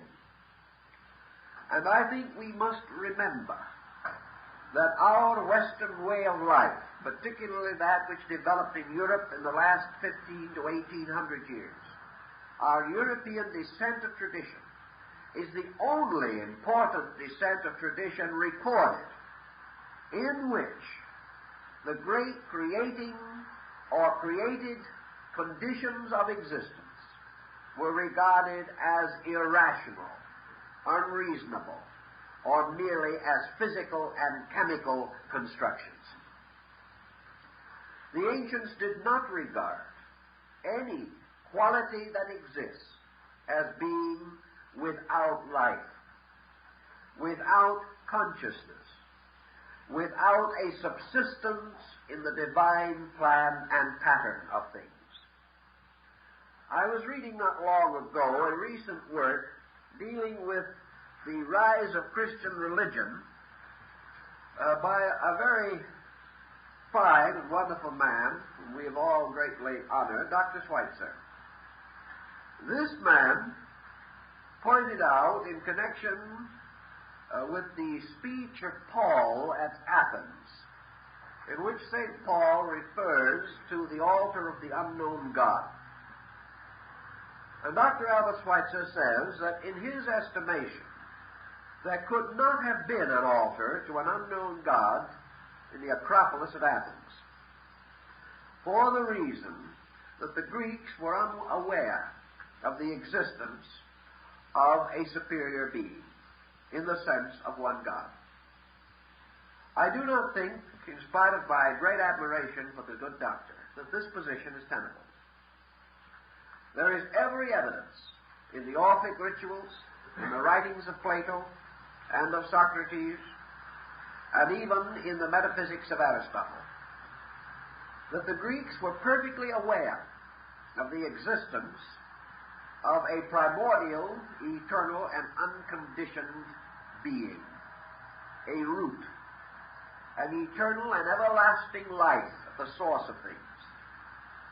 But in the Greek way of life, this deity did not reside alone in the vast expanse of heaven, connected to his creation only by an order of angels or archangels, or such hierarchs as Paul describes in the cherubs and the seraphs and the various thrones and dominions occupying space. To the Greeks, the supreme power unfolded through a series of secondary divinities. These divinities, all subservient to first cause, suspended from it as beautiful blossoms from a single tree.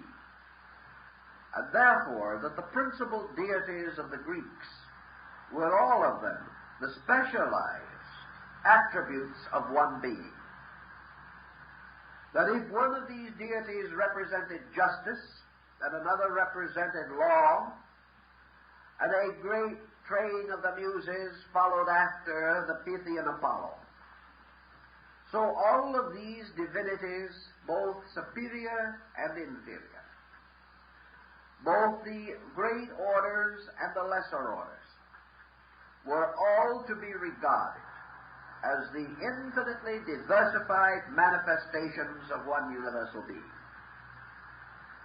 And that this one universal being, rooted in eternity, was the eternal cause, before which there could be no other cause, and that the primary manifestations of this cause was to cause in itself other manifestations to come into being, so that the great orders of gods were the extensions of one power in various worlds, planes, levels, and degrees. And by means of this concept, a great network of analogies was brought into existence, so that the gods could exist upon all levels, and finally, that the entire divine order might descend together and inhabit man. And just as surely as man is an extension of God in nature and in time, so man, by his existence, does not deny God, nor does the individuality of man deny the universality of God, nor do the diversifications of man deny the unity of God. Just as surely, therefore, as man exists as a focal point in the manifestation of a divine order, so other focal points may exist. To recognize these is not idolatry. It is rather to recognize, as we must all do, that the unveiled and naked face of God no man hath ever seen, and that wherever we turn looking for deity, we behold the manifestations of this cause, but not the cause itself. We may see the valleys that have been watered by these fountains, but the Father of the fountains we do not see. We therefore recognize deity only by the numerous faces or expressions which we observe in the great unfolding of nature. We may seek for God in fire. We may hear it in the winds.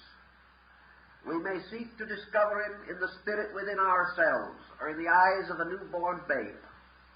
And perhaps we see God in all these things, but the naked face of God we do not see. The Greeks believed this from a philosophical standpoint. They believed, therefore, that we might know deity as Zeus. We might recognize him in the great statue of this deity that stood in the temple of Olympus. We might recognize deity as Vesta, guarding the fires. We might recognize this deity in the strength of Achilles, or in the wisdom of Nestor. We might see this deity in the lawfulness of Zeus, or perhaps in the unlawfulness of Hades. But this God, this eternal principle, is known only through its works. And the first works of the eternal were the gods. And these first works were merely the extensions of this eternal being into condition, by means of which worlds could come into being, by which all the elements could be differentiated, by which all natures could be formed and found. Thus, at the root of our Grecian lore, there must lie, as Hesiod has pointed out, the root and substance. And this root and substance tells us that in the beginning there was a total existence, which is called unaging time. This unaging time lived forever in its own foreverness, and the Greeks did not even attempt to name it. This was the unknown God. But do not misunderstand. This is not the unknown God upon the altar which St. Paul describes. Because in the structure, the Greek structure of the inscription on that altar, an unknown supreme being could not be signified. All that the Greeks had built was an altar to a deity about which they were uncertain. Because this altar was the result of a plague which afflicting Athens, the Greeks offered a sacrifice upon the altar of each deity that they worshipped, but the plague did not end. They therefore built another altar to signify any and all deities they may not have known to worship, and placed the offering upon that, and the plague abated. So this was the story of the God, of the altar described by Paul in his sermon to the Athenians.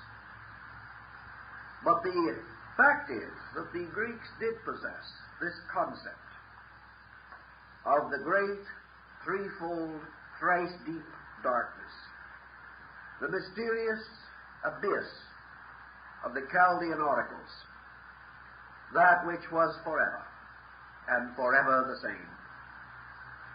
This deity they could not worship,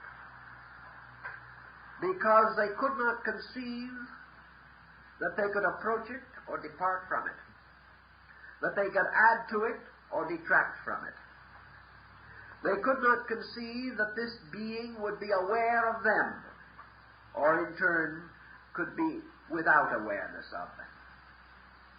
They had no concept of how this eternal, unconditioned foreverness, this total, this unconsciousness as the fullness of all consciousness, this minus which was the total plus, this they could not rationally conceive. And these philosophers of Greece explained it very simply, and their explanation has never been improved upon. Namely, that man is an imperfect fragment of eternity.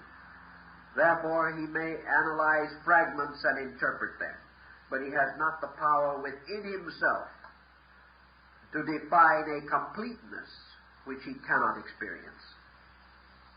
So this unknown God became the root, the source of all things. And it remained in its own everlastingness. And it remained thus for the 7 eternities of its own darkness. And at the end of the 7 eternities, there was caused within this darkness a motion. A motion which we have come to call the fiat, or the Word, and which the Greeks represented by a mysterious halo of the 7 vowels, and which the Hebrews later called the Elohim, or the formators of the dawn. And a great motion, the motion of Tao in China, was conceived as existing within the completeness of being. And there arose within the infinite, which is the all number of Pythagoras, the utter principle of numeration, there arose the beginning of a dual existence. And this dual existence the Greeks called ether and chaos. Now, ether and chaos represented merely a subjective and eternal polarity.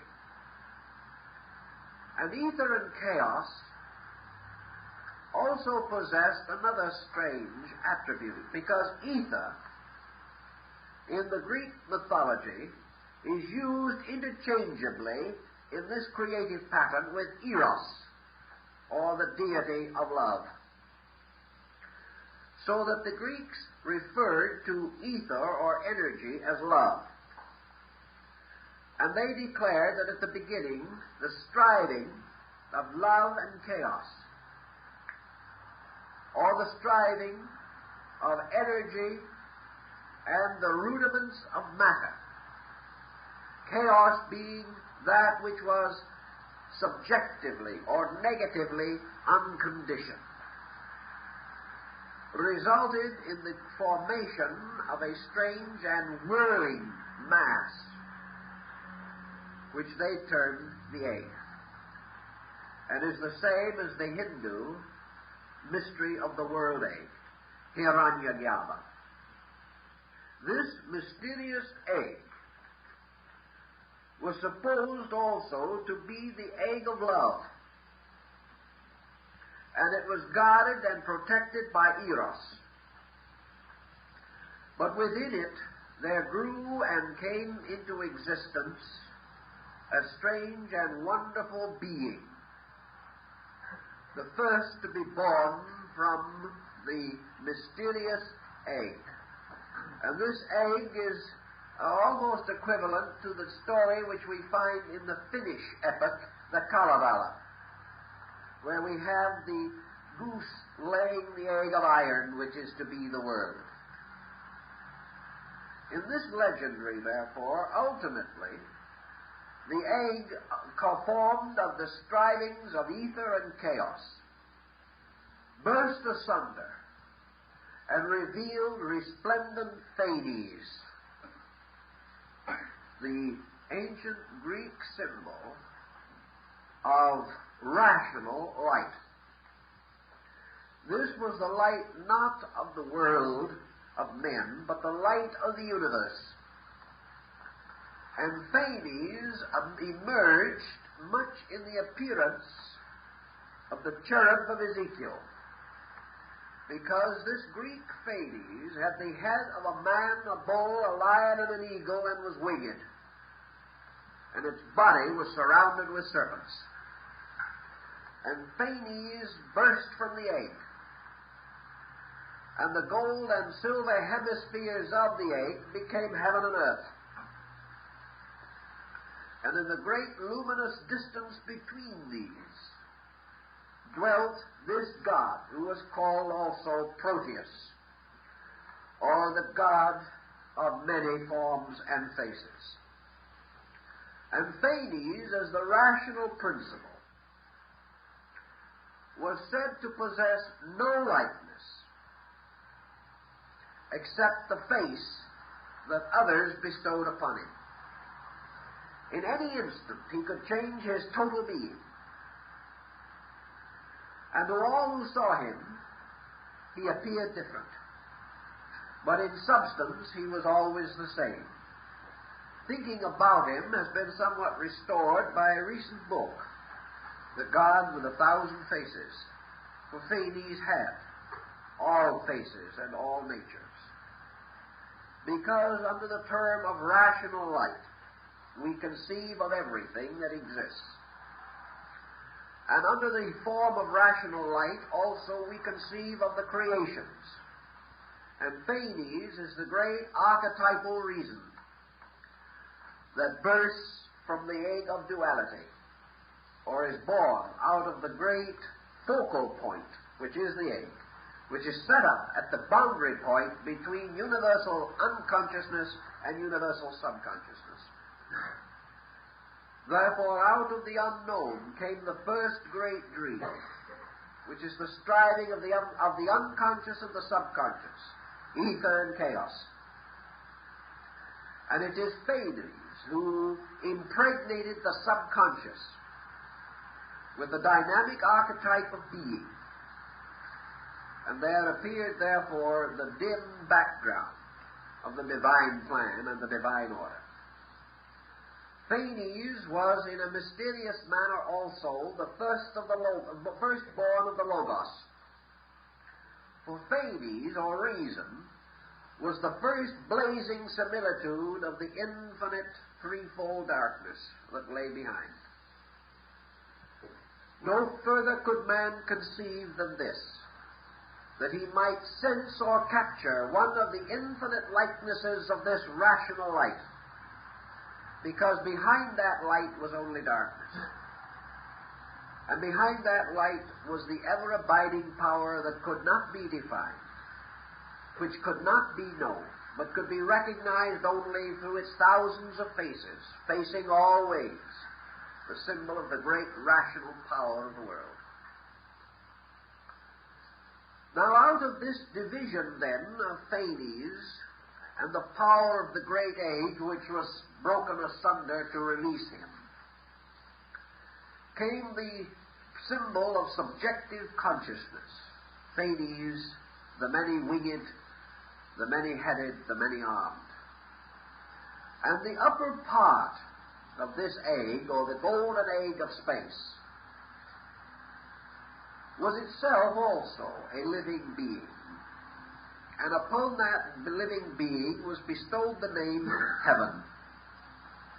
And when the Greeks wished to refer to heaven, they didn't say heaven as we do, because they did not conceive of it merely as a bowl.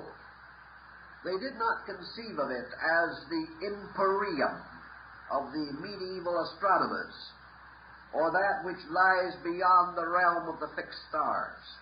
They did not conceive of it as John in the Apocalypse, in which he found a little door in the sky and went through into the mysterious world above the firmament. Because to the ancients, heaven was not merely a place. Heaven was a being. Because after all, what we call places must all be beings in the Greek mythology.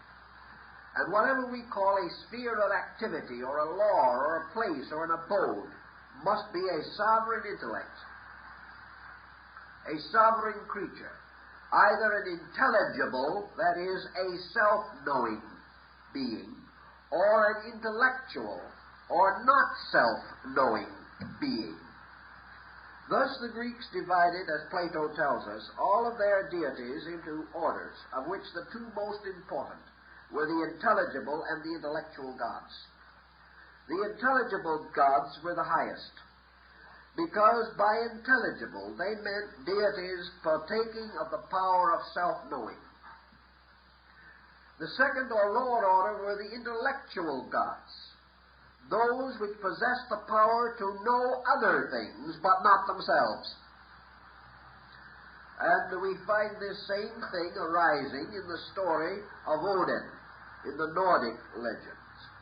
Odin, like Jupiter or Zeus, was the father of the intellectual gods, or the lower order, because Odin could know all things, but he could not know his own fate. Therefore, he called forth Erda, the Earth Mother, begging her to reveal the mystery of his destiny. She would not tell him. He went to the foot of the great tree Yggdrasil, and there he cast an eye into the pool of Mimer, because he was told that if his eye be single, then he might know the mystery of his own fate. But still, he did not know. He then hung himself upon the world tree, a crucified Savior, seeking thus to know the mystery, but he could not. Nor could the Greek gods of Olympus know that which was their own ultimate condition and nature. Only the intelligible gods could know these things, and they were much higher. But heaven, which was the chief of the intelligible gods, therefore gods knowing within themselves, and also chief of those gods which are called the unmoved movers of all things. Heaven had to be a being, because within heaven all things lived and moved and had their being.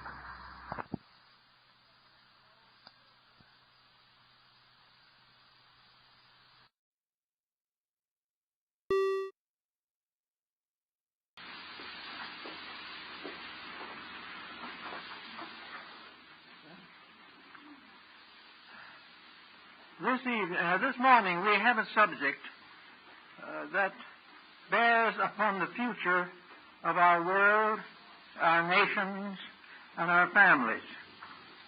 And I'm going to drop back 2,500 years to sum up the problem in a few words, very choice words by the philosopher Confucius of China. He said in simple terms, as go the homes, so goes the nation. There's no exceptions to that, no variations on it, no excuses for not doing it. If the home life of a country fails, the failure of the entire political system is inevitable. Now, this was quite a while back. We've had a lot of experiences since then, but as far as I can tell, there are no experiences that justify the thought that this statement is not still active and important. In the 17th century, a Moravian educator by the name of Amos Comenius, better named in Latin, who established what is now regarded as the first idea of a public school system in Europe. He realized that education was necessary not only for the maintenance of governments, but for the encouragement and advancement of peoples. And he suggested a very important point. Where does education begin?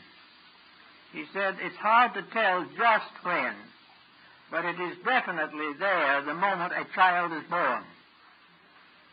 A child who has no education until he goes to school is almost a failure. It's only by a tremendous effort of circumstances that he will outgrow primary ignorance. And primary knowledge is knowledge by example and environment. Primary knowledge is in the home, where the members work together for a common good. Primary knowledge is responsibility, in which each shares in the labors of the others.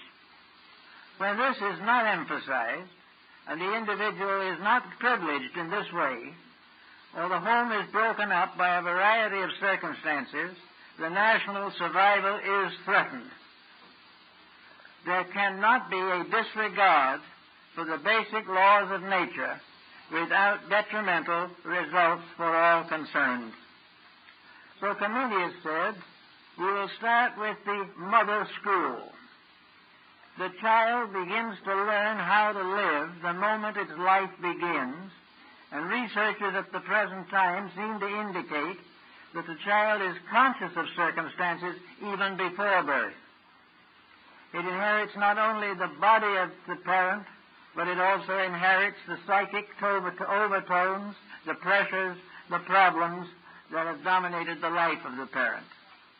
The broken home is already a threat to the survival of the child, his children, and their children for 10 generations. We have completely forgotten the responsibilities that come with birth into this world.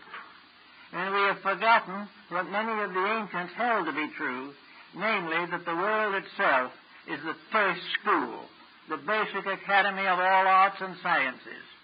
And only by wisdom, thrift, integrity, and constant effort can we hope to graduate from the University of Humanity. So at the beginning of his treatise on children and education, Comenius mentions the mother school. The mother school is the school where the child learns seated at its mother's knee.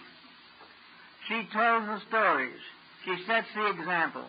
She shows patience under stress. She remains honorable in her relationship with all her children. She plays no favorites, but continues to indulge the natural maternal instinct of kindness and love. This goes into the child when it's a year old, or 6 months old, or 1 month old, and begins to shape the character of that human being.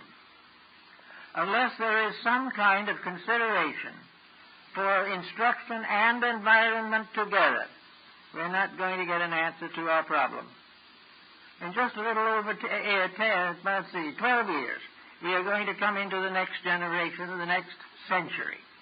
We're going to carry into the future the products of today.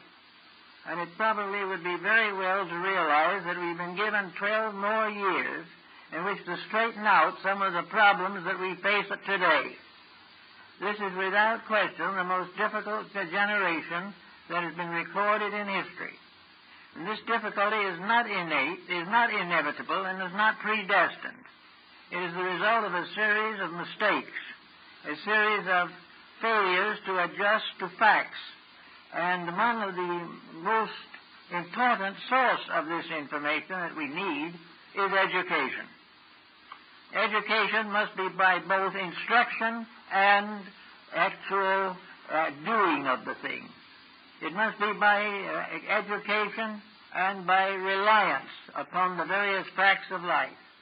It must be learned from books, but also learned by doing. Being part of a constructive commonwealth ensures the development of the child. At the mother's knee, the child also learns the primitive principles of religion. Today we are beginning to realize, particularly in communized countries, that the lack of religious intention in instruction may be considered a basic cause for the collapse of a vast political structure. We cannot have any fulfillment of world conditions unless in the heart of himself each individual recognizes universal integrity, universal right, and knows that there's a plan in this world which man cannot break without punishment. You do not need a theology, you do not have to attend a particular church, but if you do not believe in a principle of integrity at the base of life, you're in serious trouble. Now, Comenius started with this idea of the mother's school, the school in which the child simply learned. He learned its ABCs. He learned to talk from the members of the family. It learned the very basic principles of courtesy and thoughtfulness and kindness and patience. It also learned to cooperate with the members in their tasks and to realize from the beginning that life was not just fun. It was doing what needed to be done and enjoy doing it. The family was not always just fun, but the family was worth more than any possible pain it could cause, because it was the source of the final, ultimate security and integrity of all of its members. When the family began to fail, the world began to drift into a very desperate circumstance. Now, the next thing that came into consideration with Comenius was how to set up a curriculum. How should children go to school? Well, if they have been properly brought up at home, up to the 7th or 8th year, they have very little likelihood of being ruined by schooling. They may not be completely educated by it, but if they can go to school without joining corruption on the campus, if they can go to school and learn the best they can and be sincerely interested in what they are learning, they will gain a certain amount, presuming that the temperament, disposition, and integrity is already settled in them. From the family they have brought the knowledge of right and wrong. They have brought the knowledge of the things that can be done safely in a safe community and the things that cannot be done safely. So the child already has a moral code with which to test the education that he receives. And if he began to use this moral code, it would make a great difference in his educational convictions. Now, at the present time, of course, he is required to follow through a certain system of schooling. Very largely, this schooling is resented. Very largely, it is not providing the child with what it needs to know. It is not necessarily sufficient to teach a child reading, writing, and arithmetic. These things help, of course. But it is not necessary to do this without pointing out the proper use of reading, writing, and arithmetic. Today, the reading public is completely demoralized. Nobody knows what to read except when somebody else refers to it as important. So the paper pope in the United States and other European countries is prodigious. We are pounding into paper pulp thousands and millions of copies of books that just could not sell. Therefore, reading is a discriminating art. The individual reads what is important. He reads what is necessary to give him a better enlightenment and a better basis for personal action. Writing is also very important, because he must put down his own thoughts. Writing is important in letter writing, in contracts which he has to read and sign. Writing comes all the way through life with one thing or another. But writing also is governed by the laws of integrity. Today we are suffering from writing that lacks integrity completely. We are being drenched with literature that destroys or debases us. We are writing books that should never be published, and we are attending pictures which are based upon books that should never have been made. We have completely forgotten the integrities of these things, so that writing is now just a matter of learning how to scribble what you want to think or you do think, whether it is important or not. Arithmetic is very important to everyone. It was one of the sacred sciences of antiquity. But it was a science by means of which the human being could discover the source of himself, the great symbolism of the universe, astronomy, astrology, all of the great arts of medicine, all depend upon a degree of arithmetic. So arithmetic can be very valuable. It can become a science in itself. It opens the doors of many fields of learning, but all we use it for is to add up profit and loss. It never occurs to us that it is for any purpose except merchandising, adding up, looking whether taxes are correct or something of this nature. The whole history of mathematics, the fascination of it, as revealed in the writings of Pythagoras, we have completely ignored.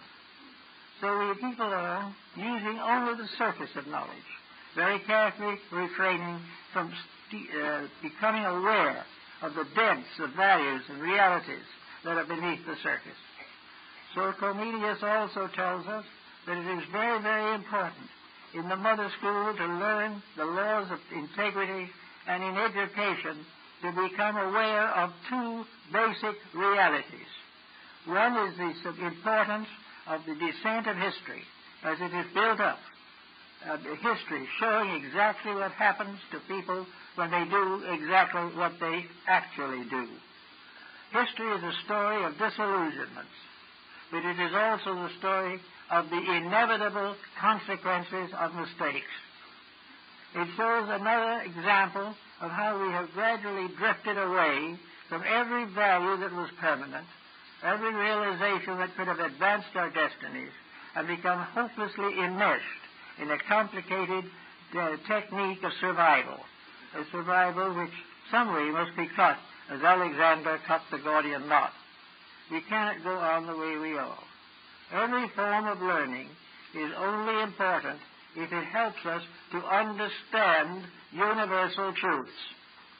Lord Bacon, in his Advancement of Learning, and in the Novum Organum, clearly points out that the new organ of learning is the ability of the individual to interpret from things that happen the meaning of those things, the causes of them, and their inevitable results. He could estimate scientifically what would happen to a broken home. But science today is not too much interested in it. It is mostly considered a social problem. We cannot consider anything social as long as it is dependent upon a universal law for the fulfillment of itself. That which is ordained by natural law cannot be denied by man, regardless of his optimism on the subject. So Comenius also went on to point out the great importance of learning from what is obviously true. He tells us that we can study the history of all mankind by studying one family, that we can study the entire history of the world by studying the reign of one king or one ruler. We can find out what happens always if we are willing to look. We know what brought nations down. We know what built them up. We know that most of them were founded by militarists and buried by philosophers. We know that all of these truths are available. We can tell now, very easily, the story of Caesar. We know what happened to Napoleon. We are quite aware of when Genghis Khan was tied to the back of his horse after death, so his followers would not know that he is dead. We know all these things. We realize what wars have done, what has caused them, and how they have destroyed the labors of ages. And still, with all this knowledge available, we make exactly the same mistakes and do nothing to change the situation. We have a feeling, which seemingly is quite widespread, that we can buy freedom from the consequences of conduct, that we can find some way of escaping the natural destiny of causes by some financial advantage. If we can buy someone's goodwill, we can go forward with it. If we lose this goodwill, we lose the job. So nothing remains of the integrity, only of what we have to do in order to maintain what we regard as the proper level of civilization. Another interesting point, I think, to make is that a materialistic culture, as both Confucius and Comenius pointed out, is bound to fail. There is no possibility of maintaining it, because no one can behave whose ideals are not higher than those of daily profit and loss. We cannot hope to create an educated world while education is pointed only at the accumulation of wealth. We go to university because we want a better kind of job. We think that with a proper alphabet after our names, that we're entitled to a high place in the economic structure. Sometimes we are, more often we are not. But in any event, we believe in education as providing us for advancement in the professions. I know at least 3 persons who have been in school now for over 30 years. They have not only taken the basic school, but they have also gone through the university. Then they have taken postgraduate courses. Then they have taken postgraduate courses on the postgraduate courses. And one of them ended up as a carpenter. Another one is still taking courses and will probably do so as long as he lives. He has learned all these things, but he has never had the time to do anything with any of it. Well, this is probably an exceptional case. But the fact remains, and it is very evident, that we are not able to make the situation vital because of our own attitudes on education. Education is vitally important, but it must be based upon a basic idealism. It must be based upon the fact that there are rules and laws in life that human beings cannot break. And also, in all probabilities, those that are above the human level do not break these laws either. There are laws that are immutable, and these laws should be understood. We do a research project to try to find out whether there's any life on Mars, but we don't do any research projects to find out what universal law requires of us. We do not gain from all this knowledge a proper code of life. We do not have a proper understanding, generally acceptable, that the laws of mysticism or spiritual living are just as exact as the laws of physics. Wherever a law is a law, the human being must keep it or break it. If he keeps it, he gains from it. If he breaks from it, he punishes himself. Now, this kind of thinking is basic to people who have studied almost any field of learning. There is no possible way in which a learning process can condone a false standard of conduct. Always the condoning ends in tragedy. So to go back to the Comenius concept, which is pretty good, I think, and was carried on down through the 17th and 18th centuries, we have to have a system of education that prevents the individual from breaking the laws of his relationship with life, with nature, and with whatever that divine plan may be that is immutable in the heavens and immutable upon the earth. These rules must be understood. Virtue, in the last analysis, is obedience to the law that governs life. The virtuous individual is not the smug one, but the law keeper. the individual who is dedicated to protecting value wherever it may be. There is no question in the world that in this particular period, between now and the end of the present century, we have a great deal of house cleaning that must be done. We must change a great many of our attitudes on life and on living and on profession and on arts and sciences and music and theater and drama. We find ourselves in a field of constant exploitation.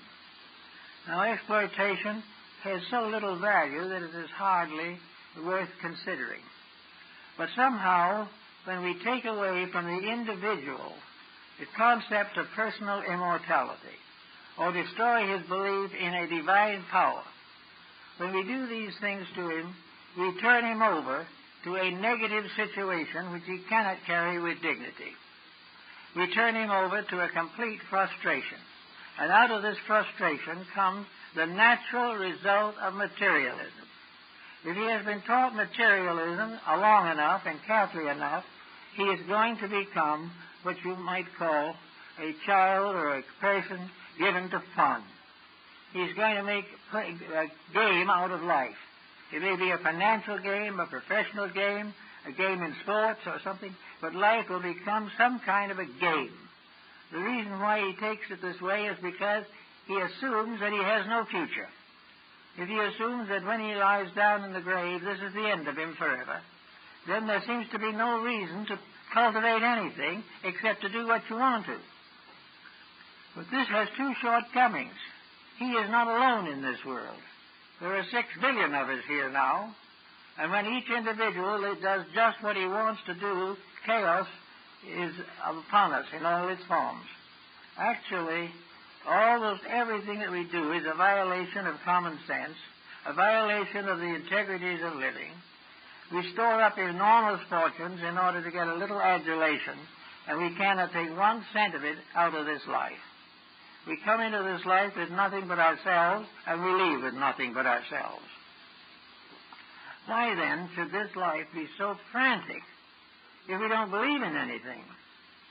If we don't believe in anything, we might just as well be sober about it and go along and say to ourselves, the best I can do if I'm going to disappear forever is to make as good a life as I can here, make as many people happy as I can, to make some contribution to future people who are going to lie down in darkness as I will.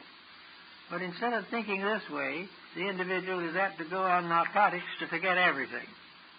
All these things are the evidence that the educational system is in desperate need of rearrangement and reorganization and regeneration. The educational system, looking for facts, should finally get down to the basic facts and do something about them. Now, it isn't all the fault of the educator. We're not meaning to condemn him for that. It's not his fault. It is a combination of several different streams of tradition which are in conflict with each other and which prevent the victory of any integrity over the confusion of modern activity. We are in constant conflict between the levels of our thinking. When we're thinking for a moment of art, the next moment we're thinking of our stock investments. We are mixed up in all kinds of attitudes and beliefs, many of which are a waste of time and many more a waste of money. And yet we follow all these things because we have been taught to. Education has been made an instrument of fitting in to a society. It began perhaps in New England when the educational facilities were limited to the elite. Only certain persons were expected to be educated. And if they expected to be educated, they expected to sit in judgment over everybody else. They were just a little better than anybody else. They had no particular ability. Maybe they never did an honest day's work in their lives, but they were superior simply because they had this education to which they were entitled by heredity. This type of superiority is, of course, completely wrong and produced nothing but snobbishness. But it went on for a long time. And even today, there is a great sense of special importance in an individual who has attended a very important university or who has taken very important specialized courses on some subject. It is assumed that he knows more. That does not necessarily follow at all that he knows more. All thing is that he has been to school longer, and he perhaps has been exposed to ideas that he never could use and were not true in the first place. So we cannot depend on those things for our actions, or our activities, or our solutions. We have to go back and begin this work on our own.